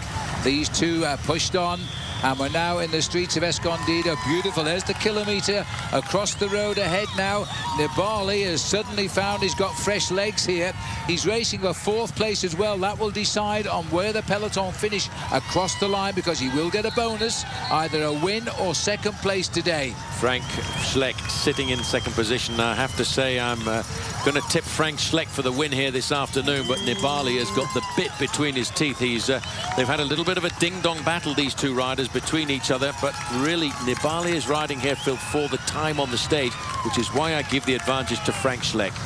That's a very good point, and in fact Frank Schleck, the winner of the Amstel Gold Race, which is a huge classic in Holland a couple of years ago. So these are two quality bike riders contesting now the end of the last stage of the Amgen Tour of California. A first time ever grand finish in Escondido. Look at the crowds. That has epitomized California this last 8 days. Almost 2 million people have stood on the side in often terribly atrocious weather conditions. Frank Schleck just sitting there in the slipstream, of Lance Armstrong. It looks now as if almost certainly Levi Leipheimer is going to win himself this bike race. He's comfortably at the front end of the main field. And Phil, have you ever seen a crowd like this in the United States? No, and I don't think anybody else has as we swing here. Nibali leads around the corner, 300 meters now. It's a little bit too early, but Frank Schleck has got the advantage. Nibali is going to have to open it up, but I think it's all a formality now. Nibali knows it. He'll continue to race for time as Frank Schleck gives Saxo Bank the icing on the cake. They promised a hard weekend for Levi. The result is Frank Schleck gets the win, the champion of Luxembourg. Nibali is over in second place. The clock starts now. Is Nibali going to finish 4th or 5th? Or 6th. It all depends. It's all very close. There you can see at the front end of the main field, Levi Leipheimer. It's rock racing all over the front of the peloton now, trying to whip up the pacemaking. Number 2, a job done. Great job done by Lance Armstrong at the back of the main field. He did the job for the boys here this afternoon. In fact, it's Floyd Landis, Phil, leading them home with Hincapie right up there in second position. As the out-racing team battles for the line there, they've gone underneath the camera, but George Hincapie is taking on Rory Sutherland, and it's going to be no, it's not. Hincapie's going to just get it ahead of Rory Sutherland, and then it is Chechu Rubiera who brings home the man who has won the Amgen Tour of California. He still was checking where he was, even when he was crossing the finishing line. He was safe, Chechu. Levi Leipheimer has done it. 3 wins in 3 years. Absolutely phenomenal. But this year, the team that supported him, Phil, were absolutely brilliant. They supported him all of the way. He was in difficulty, I would say, at one stage today when we got halfway around the course, but they never panicked. And I think that is the secret about Team Astana. They do not panic. They know they can pull themselves back together, and that's what they did in the last part of this race. Well, it's time for a cool, refreshing drink in downtown Escondido now. We're really in a grand suburb of San Diego. And Levi Leipheimer goes up and says thank you very much indeed there to his team. He relied on them heavily. Congratulations there from Enrique Gutierrez as well, of putting quite an attack today. Now it's all about thanks, interviews, and a visit to the podium. Floyd Landis there, waving to the crowd. He's completed his comeback to big-time cycling as well. He started off slowly with a mid-term finish in the prologue in Sacramento. He's got better every day. Congratulations there from Andy Schleck as well. I think this has been a solid victory here over the 9 days of racing that we've had at the Amgen Tour of California. But from the moment that Levi Leipheimer pulled on the yellow jersey of leadership, he hardly really looked threatened. Levi Leipheimer. Go ahead, Phil. No, carry on. I was just going to say Leipheimer, the same result after they added a day this year. They went further south than they ever had, and they went higher elevation than the Amgen Tour of California has ever gone. There's your stage winner, stage 8, Frank Schleck, Team Saxo Bank. A great result for him all day long, beating Nibali at the line. It was George Hincapie who led the chase group across, winning the sprint ahead of Roy Sutherland. And look at the time, 39 seconds. So that means that Nibali didn't get the 4th place off Schleck's teammate Jens Voigt, who finished 8th anyway on the day, and Leipheimer crossing the line there in 9th. A bit further down there for you, Brisky, who will finish 2nd overall, 11th, and Glenn Chadwick, who's in the breakaway, 15th. So it all worked out for Saxo Bank today, really, didn't it? It certainly did, but in fact Nibali may well be very close to the time of Lance Armstrong in 6th.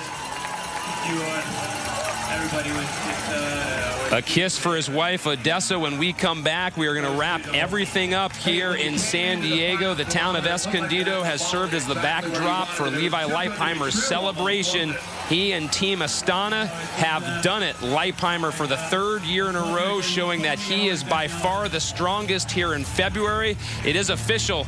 Over 2 million people have sat on the sides of the roads of California, making this the largest sporting event ever attended in California. Frank Schleck celebrates on the final day, but overall, it has been all Levi. We'll come back and continue.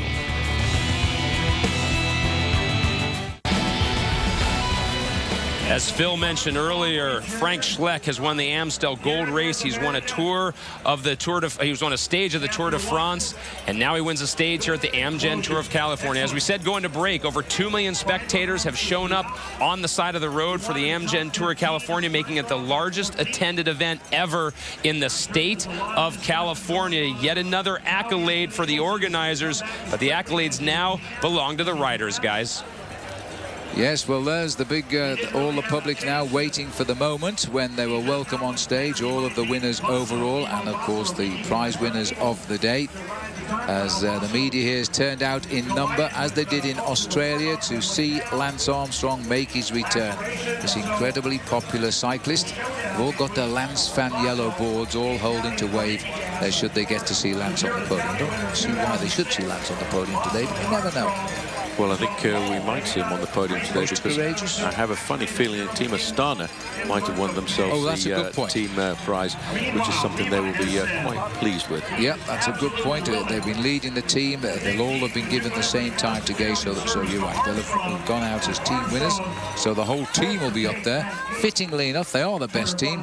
They finished all 9 of their riders, and no other team in the race has done that. All 8 of the riders. Escondido, one of these sleepy suburbs of San Diego. Not only has the town turned out, but fans from all around. Let's take a look, guys, at the highlights of our past 9 days here in California, Paul, starting with the prologue in Sacramento. Well, right in the capital of California, Lance Armstrong was one of the last riders to go off, and it was amazing to see the performance that he put in. And if you just listen to the crowd, I think they were extremely happy that Lance was back.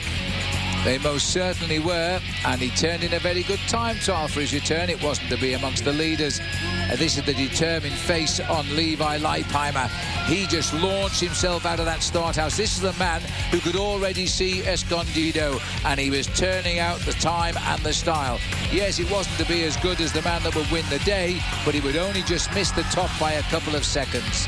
Well, that was the man that set the best time was Fabian Cancellara. But that was an indication, Phil, that Levi Leipheimer had the form. But how can you beat this man? He is superb when it comes to the individual time trial. After all, he's the Olympic gold medalist at this discipline. When he crossed the line, he set the bar so high that nobody else was going to beat him on day one. And as he got onto the podium, he got the first yellow jersey with the governor of the state of California, Arnold Schwarzenegger. So our first stage on the road, Phil, was from Davis to Santa Rosa, and even though it was dry in Sacramento, the skies opened up this day. Well, this was the first horrible day, I suppose, of many more during a year of a professional racing cycle. But Francisco Mancebo was back, and he was on his own. He was climbing through the rain by himself, and the riders behind were holding him in sight, and they were waiting for the opportunity, but they weren't going to get it. This man spoiled the fun for Levi Leipheimer. He rode into Leipheimer's hometown alone, and he survived. Well, he was chased, though, by a serious selection. We didn't expect a selection on the first day, but the selection was made by 5 riders from Team Astana, who dragged 21 riders away. They didn't pull it all back together for Mancebo, who survived the return of 2 other riders, but got himself victory on day 1. And, of course, he got himself a yellow jersey to boot on a day that saw the abandon of Fabian Cancellara. Yes, poor Fabian was ill, but at the top now was the Spanish rider. Onto the second stage, took the riders onto Santa Cruz. Another 116 dreadful miles for the riders. The first time crossing of the Golden Gate Bridge, but it was a shame we couldn't see the beautiful sights from that historic wonder. They stayed dressed under the racing capes, the yellow jersey nowhere to be seen, as Francesco Mancebo himself was out in the pack. A puncture for Levi Leipheimer, happily early on, a routine change. He was back in the convoy. Soon he was back in the race. A breakaway up front was looking to decide the day. Then this man had other ideas. On the climb of Bonnie Doon, he attacked. He looked, anybody coming? No, I've got the gap. Levi Leipheimer put his head down and flew. This was the moment that we realized that Levi Leipheimer was certainly the man on form in February for the Amgen Tour of California. We knew he had the form, and he made his way through the field to catch the remnants of an early morning breakaway. And once he'd made the junction, there was absolutely no stopping him at all, and he charged on down towards the finish line. Only one man sat on his back wheel, Tom Peterson. He's allowed to do that. He's a youngster of 22 in his first big bike race, so he followed him home and he would win the day. It was all about time for Levi Leipheimer. Tom Peterson lived his greatest moment, while Levi Leipheimer had gained enough time now for his greatest moment, at least of this week. He was about to pull on his first leader's jersey of this race. A successful, good tactical move, removing Francesco Mancebo from the top of the overall classification and also putting time between himself and everybody else. So in stage number 3, they would run from San Jose to Modesto. The rain would return yet again. The yellow jersey protected there by a rain jacket. But as expected, the attacks would start early. But by the end, Phil, it would return to the first bunch sprint. They even reduced the race distance by just 3 miles. Mancebo himself was out hunting to get maximum points at the top here of the Sierra Road. But he would then fall back into the field. He was still full of fight. Chris Horner, though, watch at the back. A touch of wheels. That was Leipheimer being buried as he hit the wheel of none other than his teammate Lance Armstrong. Embarrassing, yes. Painful, yes. But it wasn't an out-of-the-race crash. No, he got himself a quick bike change and back into the main field, but when they charged into town, the race was pretty much under control of all of the sprinters, looking for Tom Bonen, looking for Mark Cavendish, but that wasn't going to be on this day because coming out of the pack was the God of Thunder, Thor Hushovd. Who better to win on a day of heavy rain than Thor Hushovd? He brought them home to the line with a very easy sprint win indeed, ahead of Oscar Freire on the right, who was quite disappointed. Stage 4, Paul, would see us go into the Sierras for the first time. Merced to Clovis, 115 miles. And again, early on, the Francesco Mancebo trying to get himself points, but this was a stage marred by crashes. Kim Kirken in the yellow out of the Amgen Tour. Also in that crash out, Oscar Freire. A dozen riders went out of the race on this day, reducing the field to little more than 100. And sadly, we lost some big names. But then it was lining up for the finish. And if there was any doubt that Mark Cavendish, who was not the fastest man in the world, watch this as Tom Bonen takes him on. He didn't know Tom was closing in, though. He put his hands up and Tom says, "Hey, I may have got that." He said, "No, I didn't." There was the photo finish. He had won it, but he said, "I learned something, and that's not to celebrate too soon anymore." Well, that was a learned lesson for a young professional bike rider. Stage 5 took the riders a little bit further down the road from Visalia to Paso Robles, a ride of 108 miles. Yes, and those riders now out in beautiful warm conditions. Life was changing for the better here as the riders fanned out now, lining up for the finish here. Cavendish wasn't going to take any chances this time, and this time he showed he really was the fastest man in the world.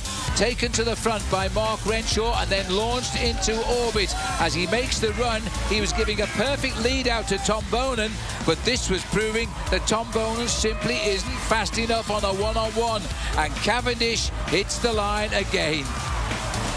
Stage 6. Well, Levi's still in yellow as he looked towards stage 6, the time trial, the day he had been waiting for and pointing towards. The man that would set the time that would survive for some of the day at least, the Beijing Olympic time trial silver medalist, Gustav Larsen, fastest at midway. At the finish, 30:57 was the time to beat. Then it was Dave Zabrisky's turn to have a go. 4 times American time trial champion Zabriskie has been looking on excellent form throughout the whole of this week. When he got to the half distance, a brand new time, and when he got to the finish line, a new best time, the time that everyone now was going to have to try and beat. But all eyes, Phil, 3 men to go were on Lance Armstrong, returning to time trialing since his retirement from the sport in 2005. Armstrong's almost solely, single-handedly responsible for the huge crowd in Solvang, but it wasn't going to match Zabrisky's 30:48.9. The yellow jersey of Levi Leipheimer, who's won on this circuit twice before, holds the record at 29 minutes and 40 seconds. Hits the check out there, 2 seconds quicker than Zabriskie. It's all on now as Leipheimer returns to town. He was driving home knowing he was going to take this race on the day with the best this time he zooms into the home straight, driven on by the banner down the road. He knew that he was about to better Zabriskie's time of 30:48.9. As he approached the line, he would record a time of 30 minutes and 40 seconds and wave 3 fingers. That's 3 times our victories here in 3 years. Yesterday, it was going to be Santa Clarita to Pasadena, a carbon copy, Paul, of the stage last year that George Hincapie won. Certainly a very difficult stage, but Tour de France-like crowds coming out to greet the riders. Hincapie felt about that he wanted to go out on the attack one more time. But again, accidents there on the left-hand side of the road. The man who led the King of the Mountains classification at the start of the day, Francesco Mancebo, was down and ended up with a broken hand at the end of the day. The big crowds in Pasadena as the riders completed 5 circuits outside the Rose Bowl were treated to a sprint extraordinaire, and Rinaldo Nocentini who grabbed it from Hayden Royalston of New Zealand and Team Cervelo. On the left was the winner. The third rider there was Peter Weening. That was a hat trick, but the jersey stayed rightly on the shoulders of Levi Leipheimer. And that had brought us to today, Paul, the final stage, of course, leading us into Escondido. And the big showdown everybody expected, and as soon as they brought in the flag, we got onto the climb and the attacks came thick and fast. The first man to try and get himself plenty of points, Jason McCartney, taking over the leader of King of the Mountains race after the abandon of Mancebo and getting himself maximum points. And they were still away on the second climb of the day, a little bit further up the road. Yes, as they continue the climb, hats off to McCartney, inheriting the jersey, was now taking out the first 2 climbs of the day. The sprint itself in Harris Rincon, Carlos Burrido was heading a small breakaway group of 7. Ben Jacquemain was second there. He would abandon not long afterwards. But it was all about the big Palomar Mountain, and there Team Saxo Bank really put the pressure onto the shoulders of Levi Leipheimer. They threw caution to the wind completely and utterly, and then on the way down towards the finish, it was all control, and Frank Schleck from Luxembourg got himself the victory to top and tail this event for Team Saxo Bank. Saxo Bank came to win today, and win they did as he led home from Nibali. And the peloton were closing in rapidly from that 1 minute 10 all day. They were going to come over the line just 36 seconds later. And it was a battle between the first 2 finishes on the final stage last year. The second place rider here, Rory Sutherland, and the man about to break in the yellow on the right, George Hincapie. Hincapie races to the line and just pips Rory Sutherland for 3rd. So we head to the podium for the stage. The top 3, Frank Schleck, Vincenzo Nibali, and of course, George Hincapie. Looks as though Mark Cavendish, that's George stepping onto the 3rd place position. So George, who won the last stage of last year's Amgen Tour California, he tried desperately yesterday, Paul. Today, at least he gets on the podium. He gets on the podium. I'm sure he would have preferred the top step of the podium, but they could do nothing to pull back the 2 men who broke away a long way out from the finish. Vincenzo Nibali was looking to climb a bit higher in the overall classification, and at the end of the day, he sacrificed the victory for time and moves up in the standings, but finishes 2nd on the stage. So he's waiting now to call out the man who won the stage, the champion of Luxembourg, a career 12th victory for Frank Schleck. And he's a pretty popular guy. He speaks very good English, and he's very popular here in the USA. Where is he? Just waiting. He's having a few interviews down to the side there, but he'll be coming up immediately, as I can see the red, white and blue jersey of the tricolor of champion of Luxembourg just over to the left-hand side. Frank Schleck, of course, his brother Andy Schleck, and Kim Kierken, who unfortunately had to leave this race a few days ago. Phil make up that huge cycling community of Luxembourg. Yeah, absolutely. And poor Kim Kierken, because I think his crash where he broke his collarbone and fractured his scaphoid, he's going to be out for a few weeks yet. But there is Frank Schleck. Happy days for him. He worked very, very hard to get this victory, as did his brother, as usual. It's the old Schleck 1-2, and this time it's Frank who topped it off at the end. Well, you can't say that he didn't try yesterday, because on the run into Pasadena, he was also on the move, looking to try and harden up the race. They prepared this weekend specifically, I think, to try and rumble Levi Leipheimer, but that was not going to be the case for Team Saxo Bank. Saxo Bank, the instigators all day long. It pays off in a stage win. Frank Schleck crosses just in front of Vincenzo Nibali. George Hincapie wins that sprint 39 seconds behind, ahead of Rory Sutherland, to round out a large group, Phil, that came in at that 39-second mark. Right now, let's send it down to Bob Roll, who has caught up with the winner of the 2009 Amgen Tour California, Levi Leipheimer. Absolutely brutal day out on the roads today. You even had to go up the road by yourself. And any nervous moments out there in the finale of the race today? Well, you know, halfway through the stage, Palomar, I'll tell you what, that was a big climb. I mean, this is Tour de France caliber, poor category, whatever you want to call it. You're looking around, there's like 6, 7 guys, best climbers in the world, and it felt like it was July. And the amount of fans up there, and yeah, it was hard. Definitely a little bit uncomfortable, but I knew that Chechu, Lance, Popo, they did an amazing job. They came back, controlled it to the next climb, and I tell you what, Lance put his foot down on Colgrade. It was awesome. And for yourself, you started training quite a few months ago for this specifically. You've won 3 in a row now. That must be a great feeling after training so hard specifically for this Amgen Tour of California. Yeah, it gets sweeter and sweeter. To win it once was awesome. Twice was like, wow, but 3 times, you know, that's just an exclamation point for me. And what was it like going through the throngs of the people in the last few kilometers of the race, sitting on the wheel of Lance Armstrong? Yeah, you know, you never forget that. You'll never forget that, and I hope I get to pay him back. I really do. All right, great job. Congratulations, Levi. Thank you. A lot more racing to go in 2009. Levi saying he's willing to work later on in the year, but they all worked for him here, Phil. Yes, they did, and that was the way they came into this race, and this is the result going out of it now. Nibali held on to 6th place in the end, 1:35. He replaced Lance Armstrong there. Lance went down to 7th at 1:46. Robert Gessing, best young rider there at 8th. Now, the most courageous ride of the day jersey, and it looks as though Frank Schleck has been given that a good decision. I think an excellent decision. He was very aggressive out on the road, very courageous to stay in the leading group, Phil. And there, as you can see, he's receiving the Amgen breakaway from Cancer Blue jersey. Yes, being made here by Stuart Arbuckle, Amgen's Vice President General Manager of Oncology Business Unit there, congratulating Frank Schleck. And I must say that Stuart looks as fit as Frank Schleck here. He certainly does. I think Frank Schleck has proved to us, though, here, Phil, through the Amgen Tour of California, he is going to be a force to be reckoned with in the 2009 season. Yeah, absolutely right. I think he's had a great day out. He's carrying away some good form here now, Frank Schleck, as he goes off stage and voted now the most courageous rider. So 2 big prizes for Frank today. This is how he did it. But if you remember, Frank was in the thick of the action. At one stage they dropped back, then decided, no, we'll go up again, and they went back to Glen Chadwick. And then finally, on that nasty climb of Colgrade, Frank put his foot down and took only Nibali with him. Result, win at the end. There's the big crowd here.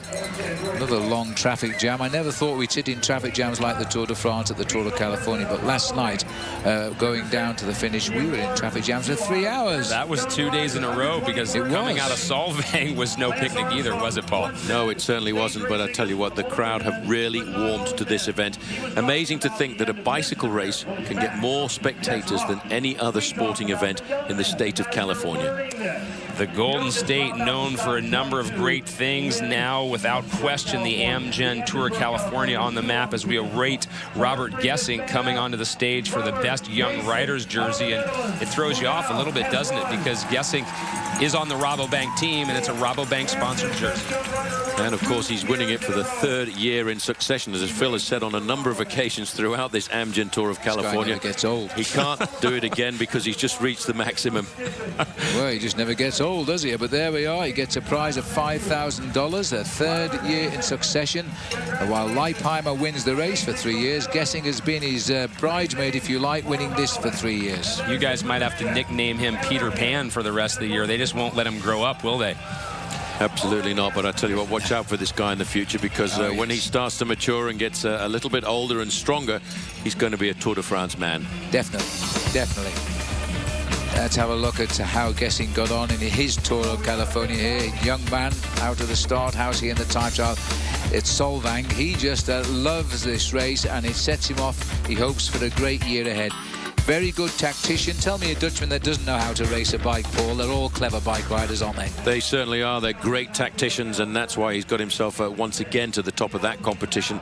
The best young rider in this year's Amgen Tour of California.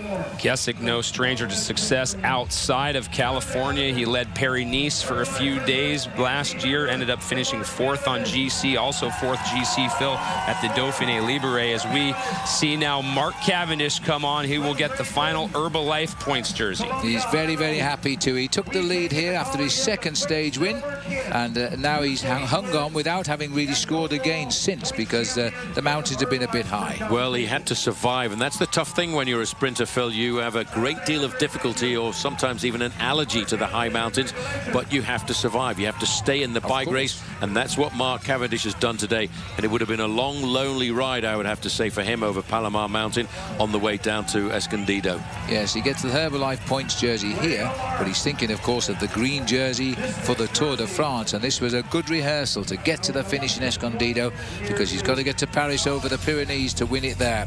This is how he did it. That was a terrific win. That was his second win, and this time he was the clear winner. He's a cool operator, and he's a very, very nice guy, and he's going to be, again, like Gesick, one of the world's big names in the next 2 years. That's if he isn't already. I think that's his finish at the end of today's stage, as he comes in with what we are usually in the main professional live time to call the laughing group. Those are your standings. Cavendish on top, 36-22. It was Nibali, actually, who got closest. Frank Schleck, 19 points total. Well, Nibali got good points for second place today, you see.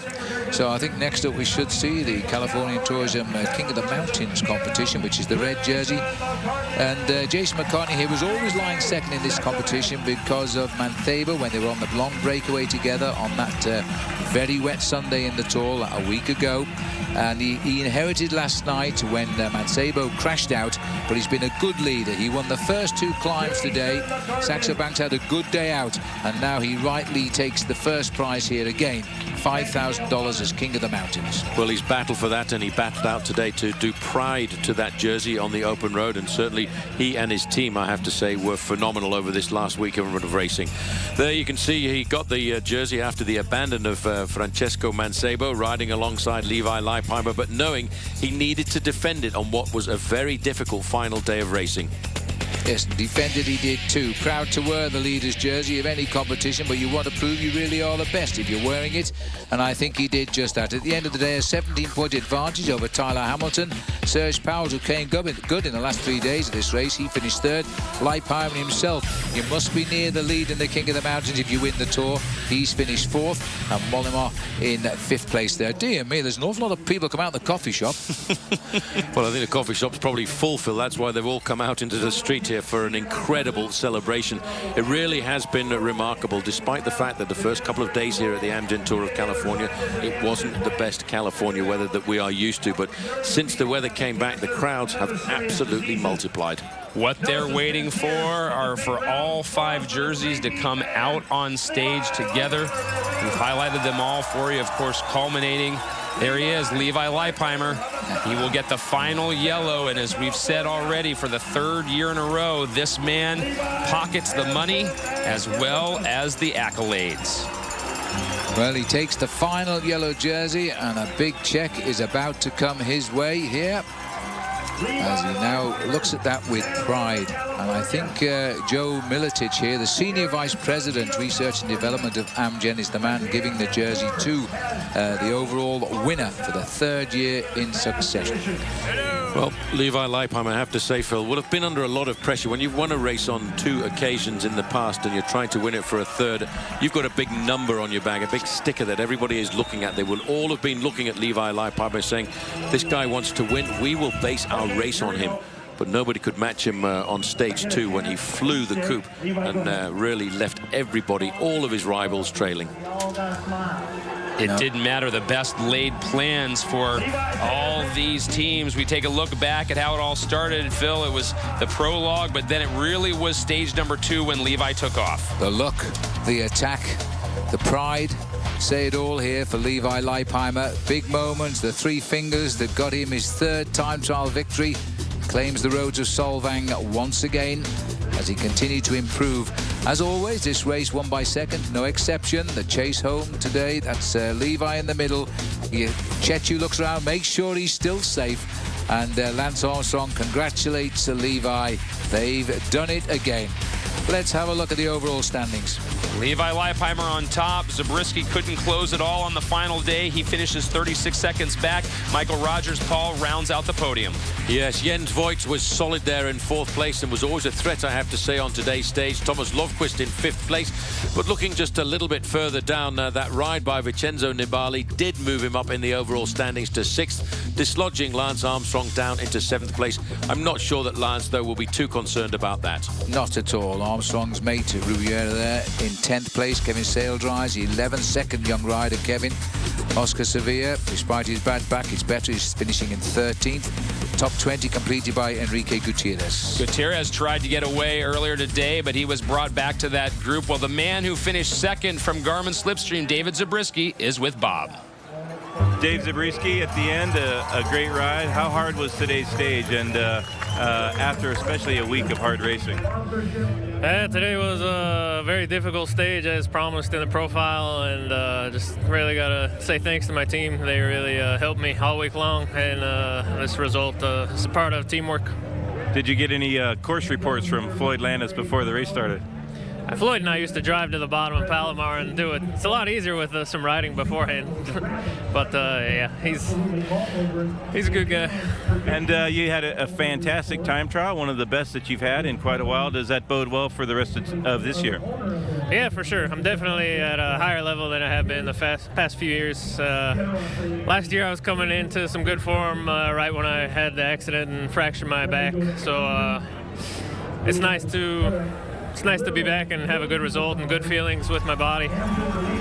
Did you enjoy the crowds out here? A couple of million people along the race route. Yeah, it was amazing. Today it was unbelievable. At the top, they were tripping over each other and falling down, and it was crazy. And the Garmin was a lot of guys in the finale trying to chase the breakaway down and keeping you out of trouble. That must have been a good feeling also. Yeah, it's been a great team, great strong guys, young guys, winning stages. We had our own cooks this week. They did a great job. I mean, just the whole package was there this week, and really appreciate all that they did. Congratulations, Dave. Thank you. Just saw in the crowd Bob and Yvonne Leipheimer, Levi's parents, who have spent the last, I believe, right, Phil, 4 days here following Levi around. Yep. This is probably the first chance they have to talk to him. Well, yes, it's best to leave a guy alone when he's working on winning a big race. They do the same on the Tour de France when he rides there. But, you know, you've got to stay out the way. It's up to the rest. Go back to you, Craig. All right, well, let's send it back down to Bob. Mark Cavendish now spending some time with Bob Key. At the end of the day, Mark, 2 stage wins and the green jersey. Pretty gratifying Amgen Tour of California this year. Yeah, really happy. I'm a bit of a nightmare that I had to finish the stage today to get it, though. You know, it was a real hard way to finish the tour actually today, so I'm a bit tired now. But yeah, the team's so brilliant. We got on the podium and we got a jersey, so we can be happy with that. You had to suffer quite a bit today to make it within the time limit in the gruppetto, just to keep that green jersey on your back. Yeah, it was tough, you know, but I've got a great pilot with Michael Barry, you know, who stays with me on every climb. He stayed with me all throughout this tour, and he's actually got me through the tour, I'd say. And yeah, and you know, the gruppetto works well together, and we came in, we had plenty of time to spare, 30 minutes from the leader, so we were okay. Outside of the Grand Tours, have you ever seen crowds like this at a bike race? Never, and outside of Grand Tours, I haven't really seen a field like this at a race, you know. I actually feel like I've finished a big race actually, and yeah, it's great to see so many people here. You know, I've had a finish at the start every day. There's loads of people. It's great to see that outside of Europe. You know, you really established yourself as the preeminent sprinter in the world today. That must be also pretty satisfying. Yeah, it is good. You know, I think to just keep proving it is, you know, it's quite good. You know, to keep proving I've got the speed, to keep proving I've got the best team there. You know, it's great for our confidence, and when we get more confident, then we'll win even more, so it's good.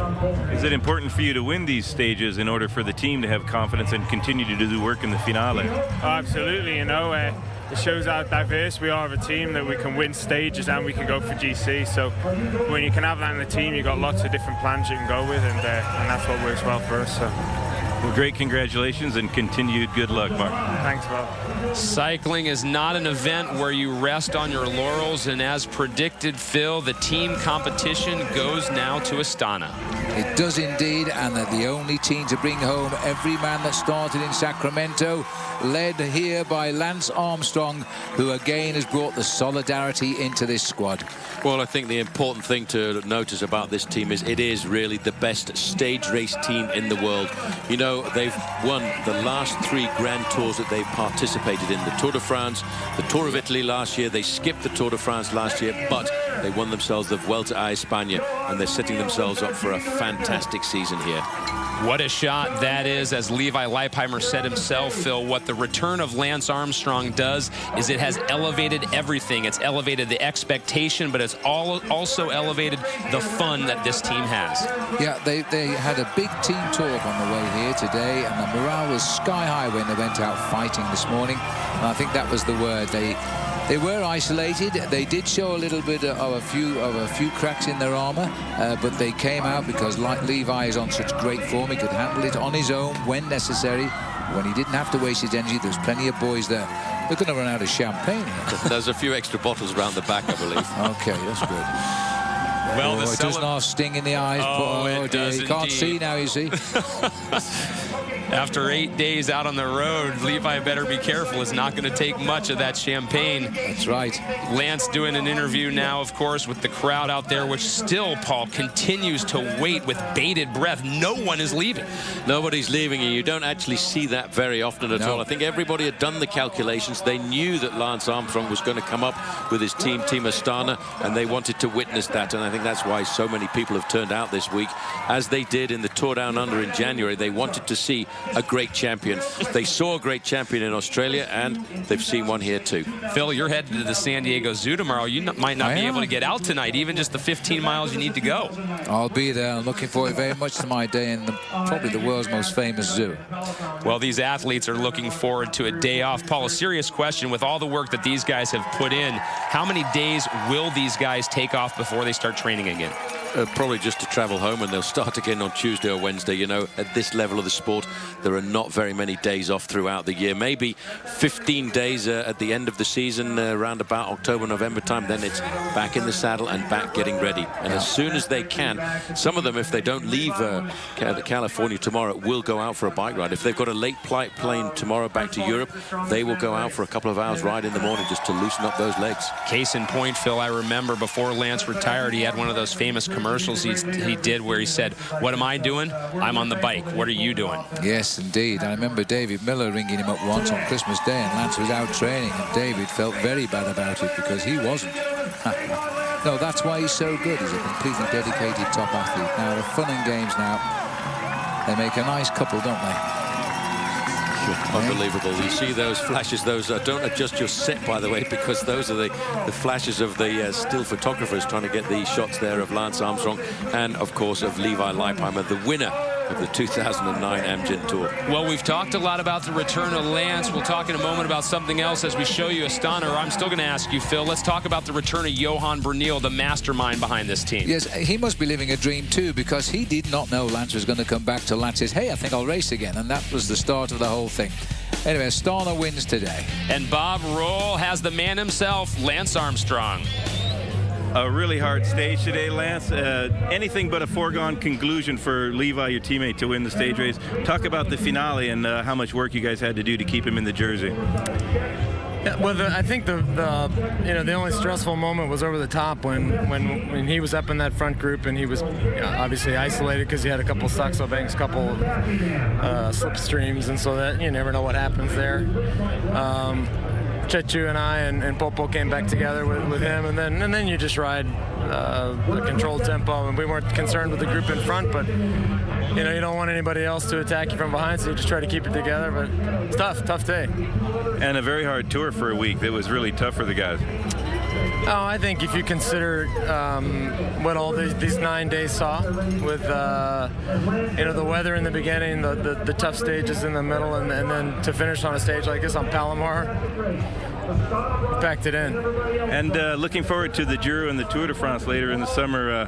Does this bode well for your season? You had a pretty great week here in the Amgen Tour California. It's definitely good training. I think now it's time to go home and recover a little bit. Get back over to Europe, do some quality training on the old roads that they used to train on before, and then hit Milan San Remo, some other races, and then come into the Giro strong. Thank you, Lance, and best of luck further on. Thank you.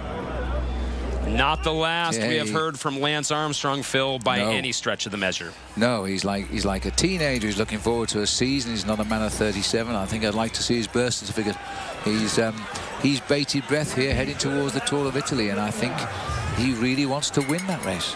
I think that's exactly what he wants to do. You know, he's done everything else. He's won the Tour de France 7 times, but to add a Giro d'Italia victory to his pedigree, that really puts him up amongst all of the greats. It puts him up amongst Bernard Hinault, Miguel Indurain, and of course the great Eddy Merckx. Lance, of course, we can never dispute, has been the greatest Tour de France rider of all time by winning 7 in a row.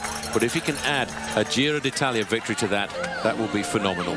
So now we watch the top 3 overall making their way to the podium. In third is Michael Mick Rogers from Columbia High Road, the Australian. Phil, as you highlighted, last year he was struck down with illness and injury, and this is a year he wants to spring forward. He's right from the moment I first saw him when he came in from Italy to Australia in January. He won the national time trial title, and I could see he was sharp, and I think he's going to have a great year. I'd have to say the same about Dave Zabriskie too, because he was looking to be the man going to be the next stage race rider as well, with good performances 2 years ago, but a nasty accident in the Giro d'Italia last year put him down and out. And I think we'll see a good year this season for Dave Zabriskie, who finishes this race out in 2nd place. And then the man. This is it. Levi Leipheimer has all trained all year long. The off-season, this was the focus. There is the silver plate that shows he is #1 yet again. 3 years, 3 times the winner. This is the 4th year of the Tour of California. We're still looking for a first non-American winner. And as Mark Cavendish said, this was a world-class field, and it was a top bike race this year. And Mark knew it, and this guy is still the best. He still is the best. He was never flurried when he had that attack on day 1 that nobody expected. And the race was split to absolute smithereens. Remained calm, took the lead back, and then controlled with, as we've said earlier, the best stage racing team in the world at the moment. Yes, there's no doubt in my mind that Levi Leipheimer will rate this one as his best of his 3 because of the quality of the field. As when we saw that time trial the other day, it could have been a World Time Trial Championship, because those guys have been winning the World Time Trial medals. And don't forget, the former World Time Trial champion was here. Unfortunately, Cancellara was ill after winning the prologue and went out, which is a great shame. Well, we've talked about the strength of Lance Armstrong as well as this Astana team. Levi Leipheimer could very much factor into the mix by the time all the Grand Tours are done in 2009. Only one man can be called champion, but it takes a whole team to take him to the top. Levi Leipheimer goes back to back to back, the three-peat. And in the process, he has etched his name amongst the legends of the sport. Let the celebration begin.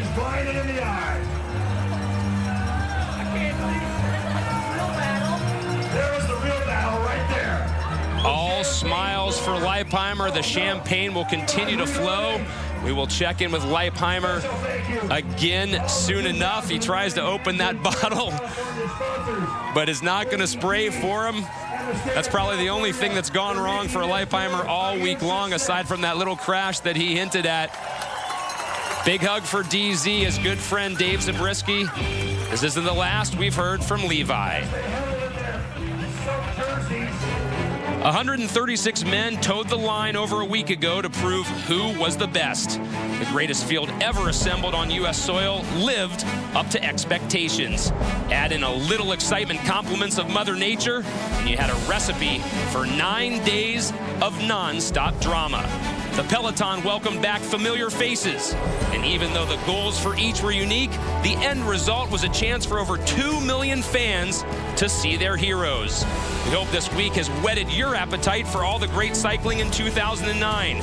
We'll bring you racing from around the world every Sunday on Versus from now until the Tour de France in July, including the legendary spring classics like Paris-Roubaix. Today, the coronation is complete. Levi Leipheimer reigns supreme in Southern California. Long live the King. For Phil Liggett, Paul Sherwen, and Bob Roll, I'm Craig Hummer. Thanks for watching.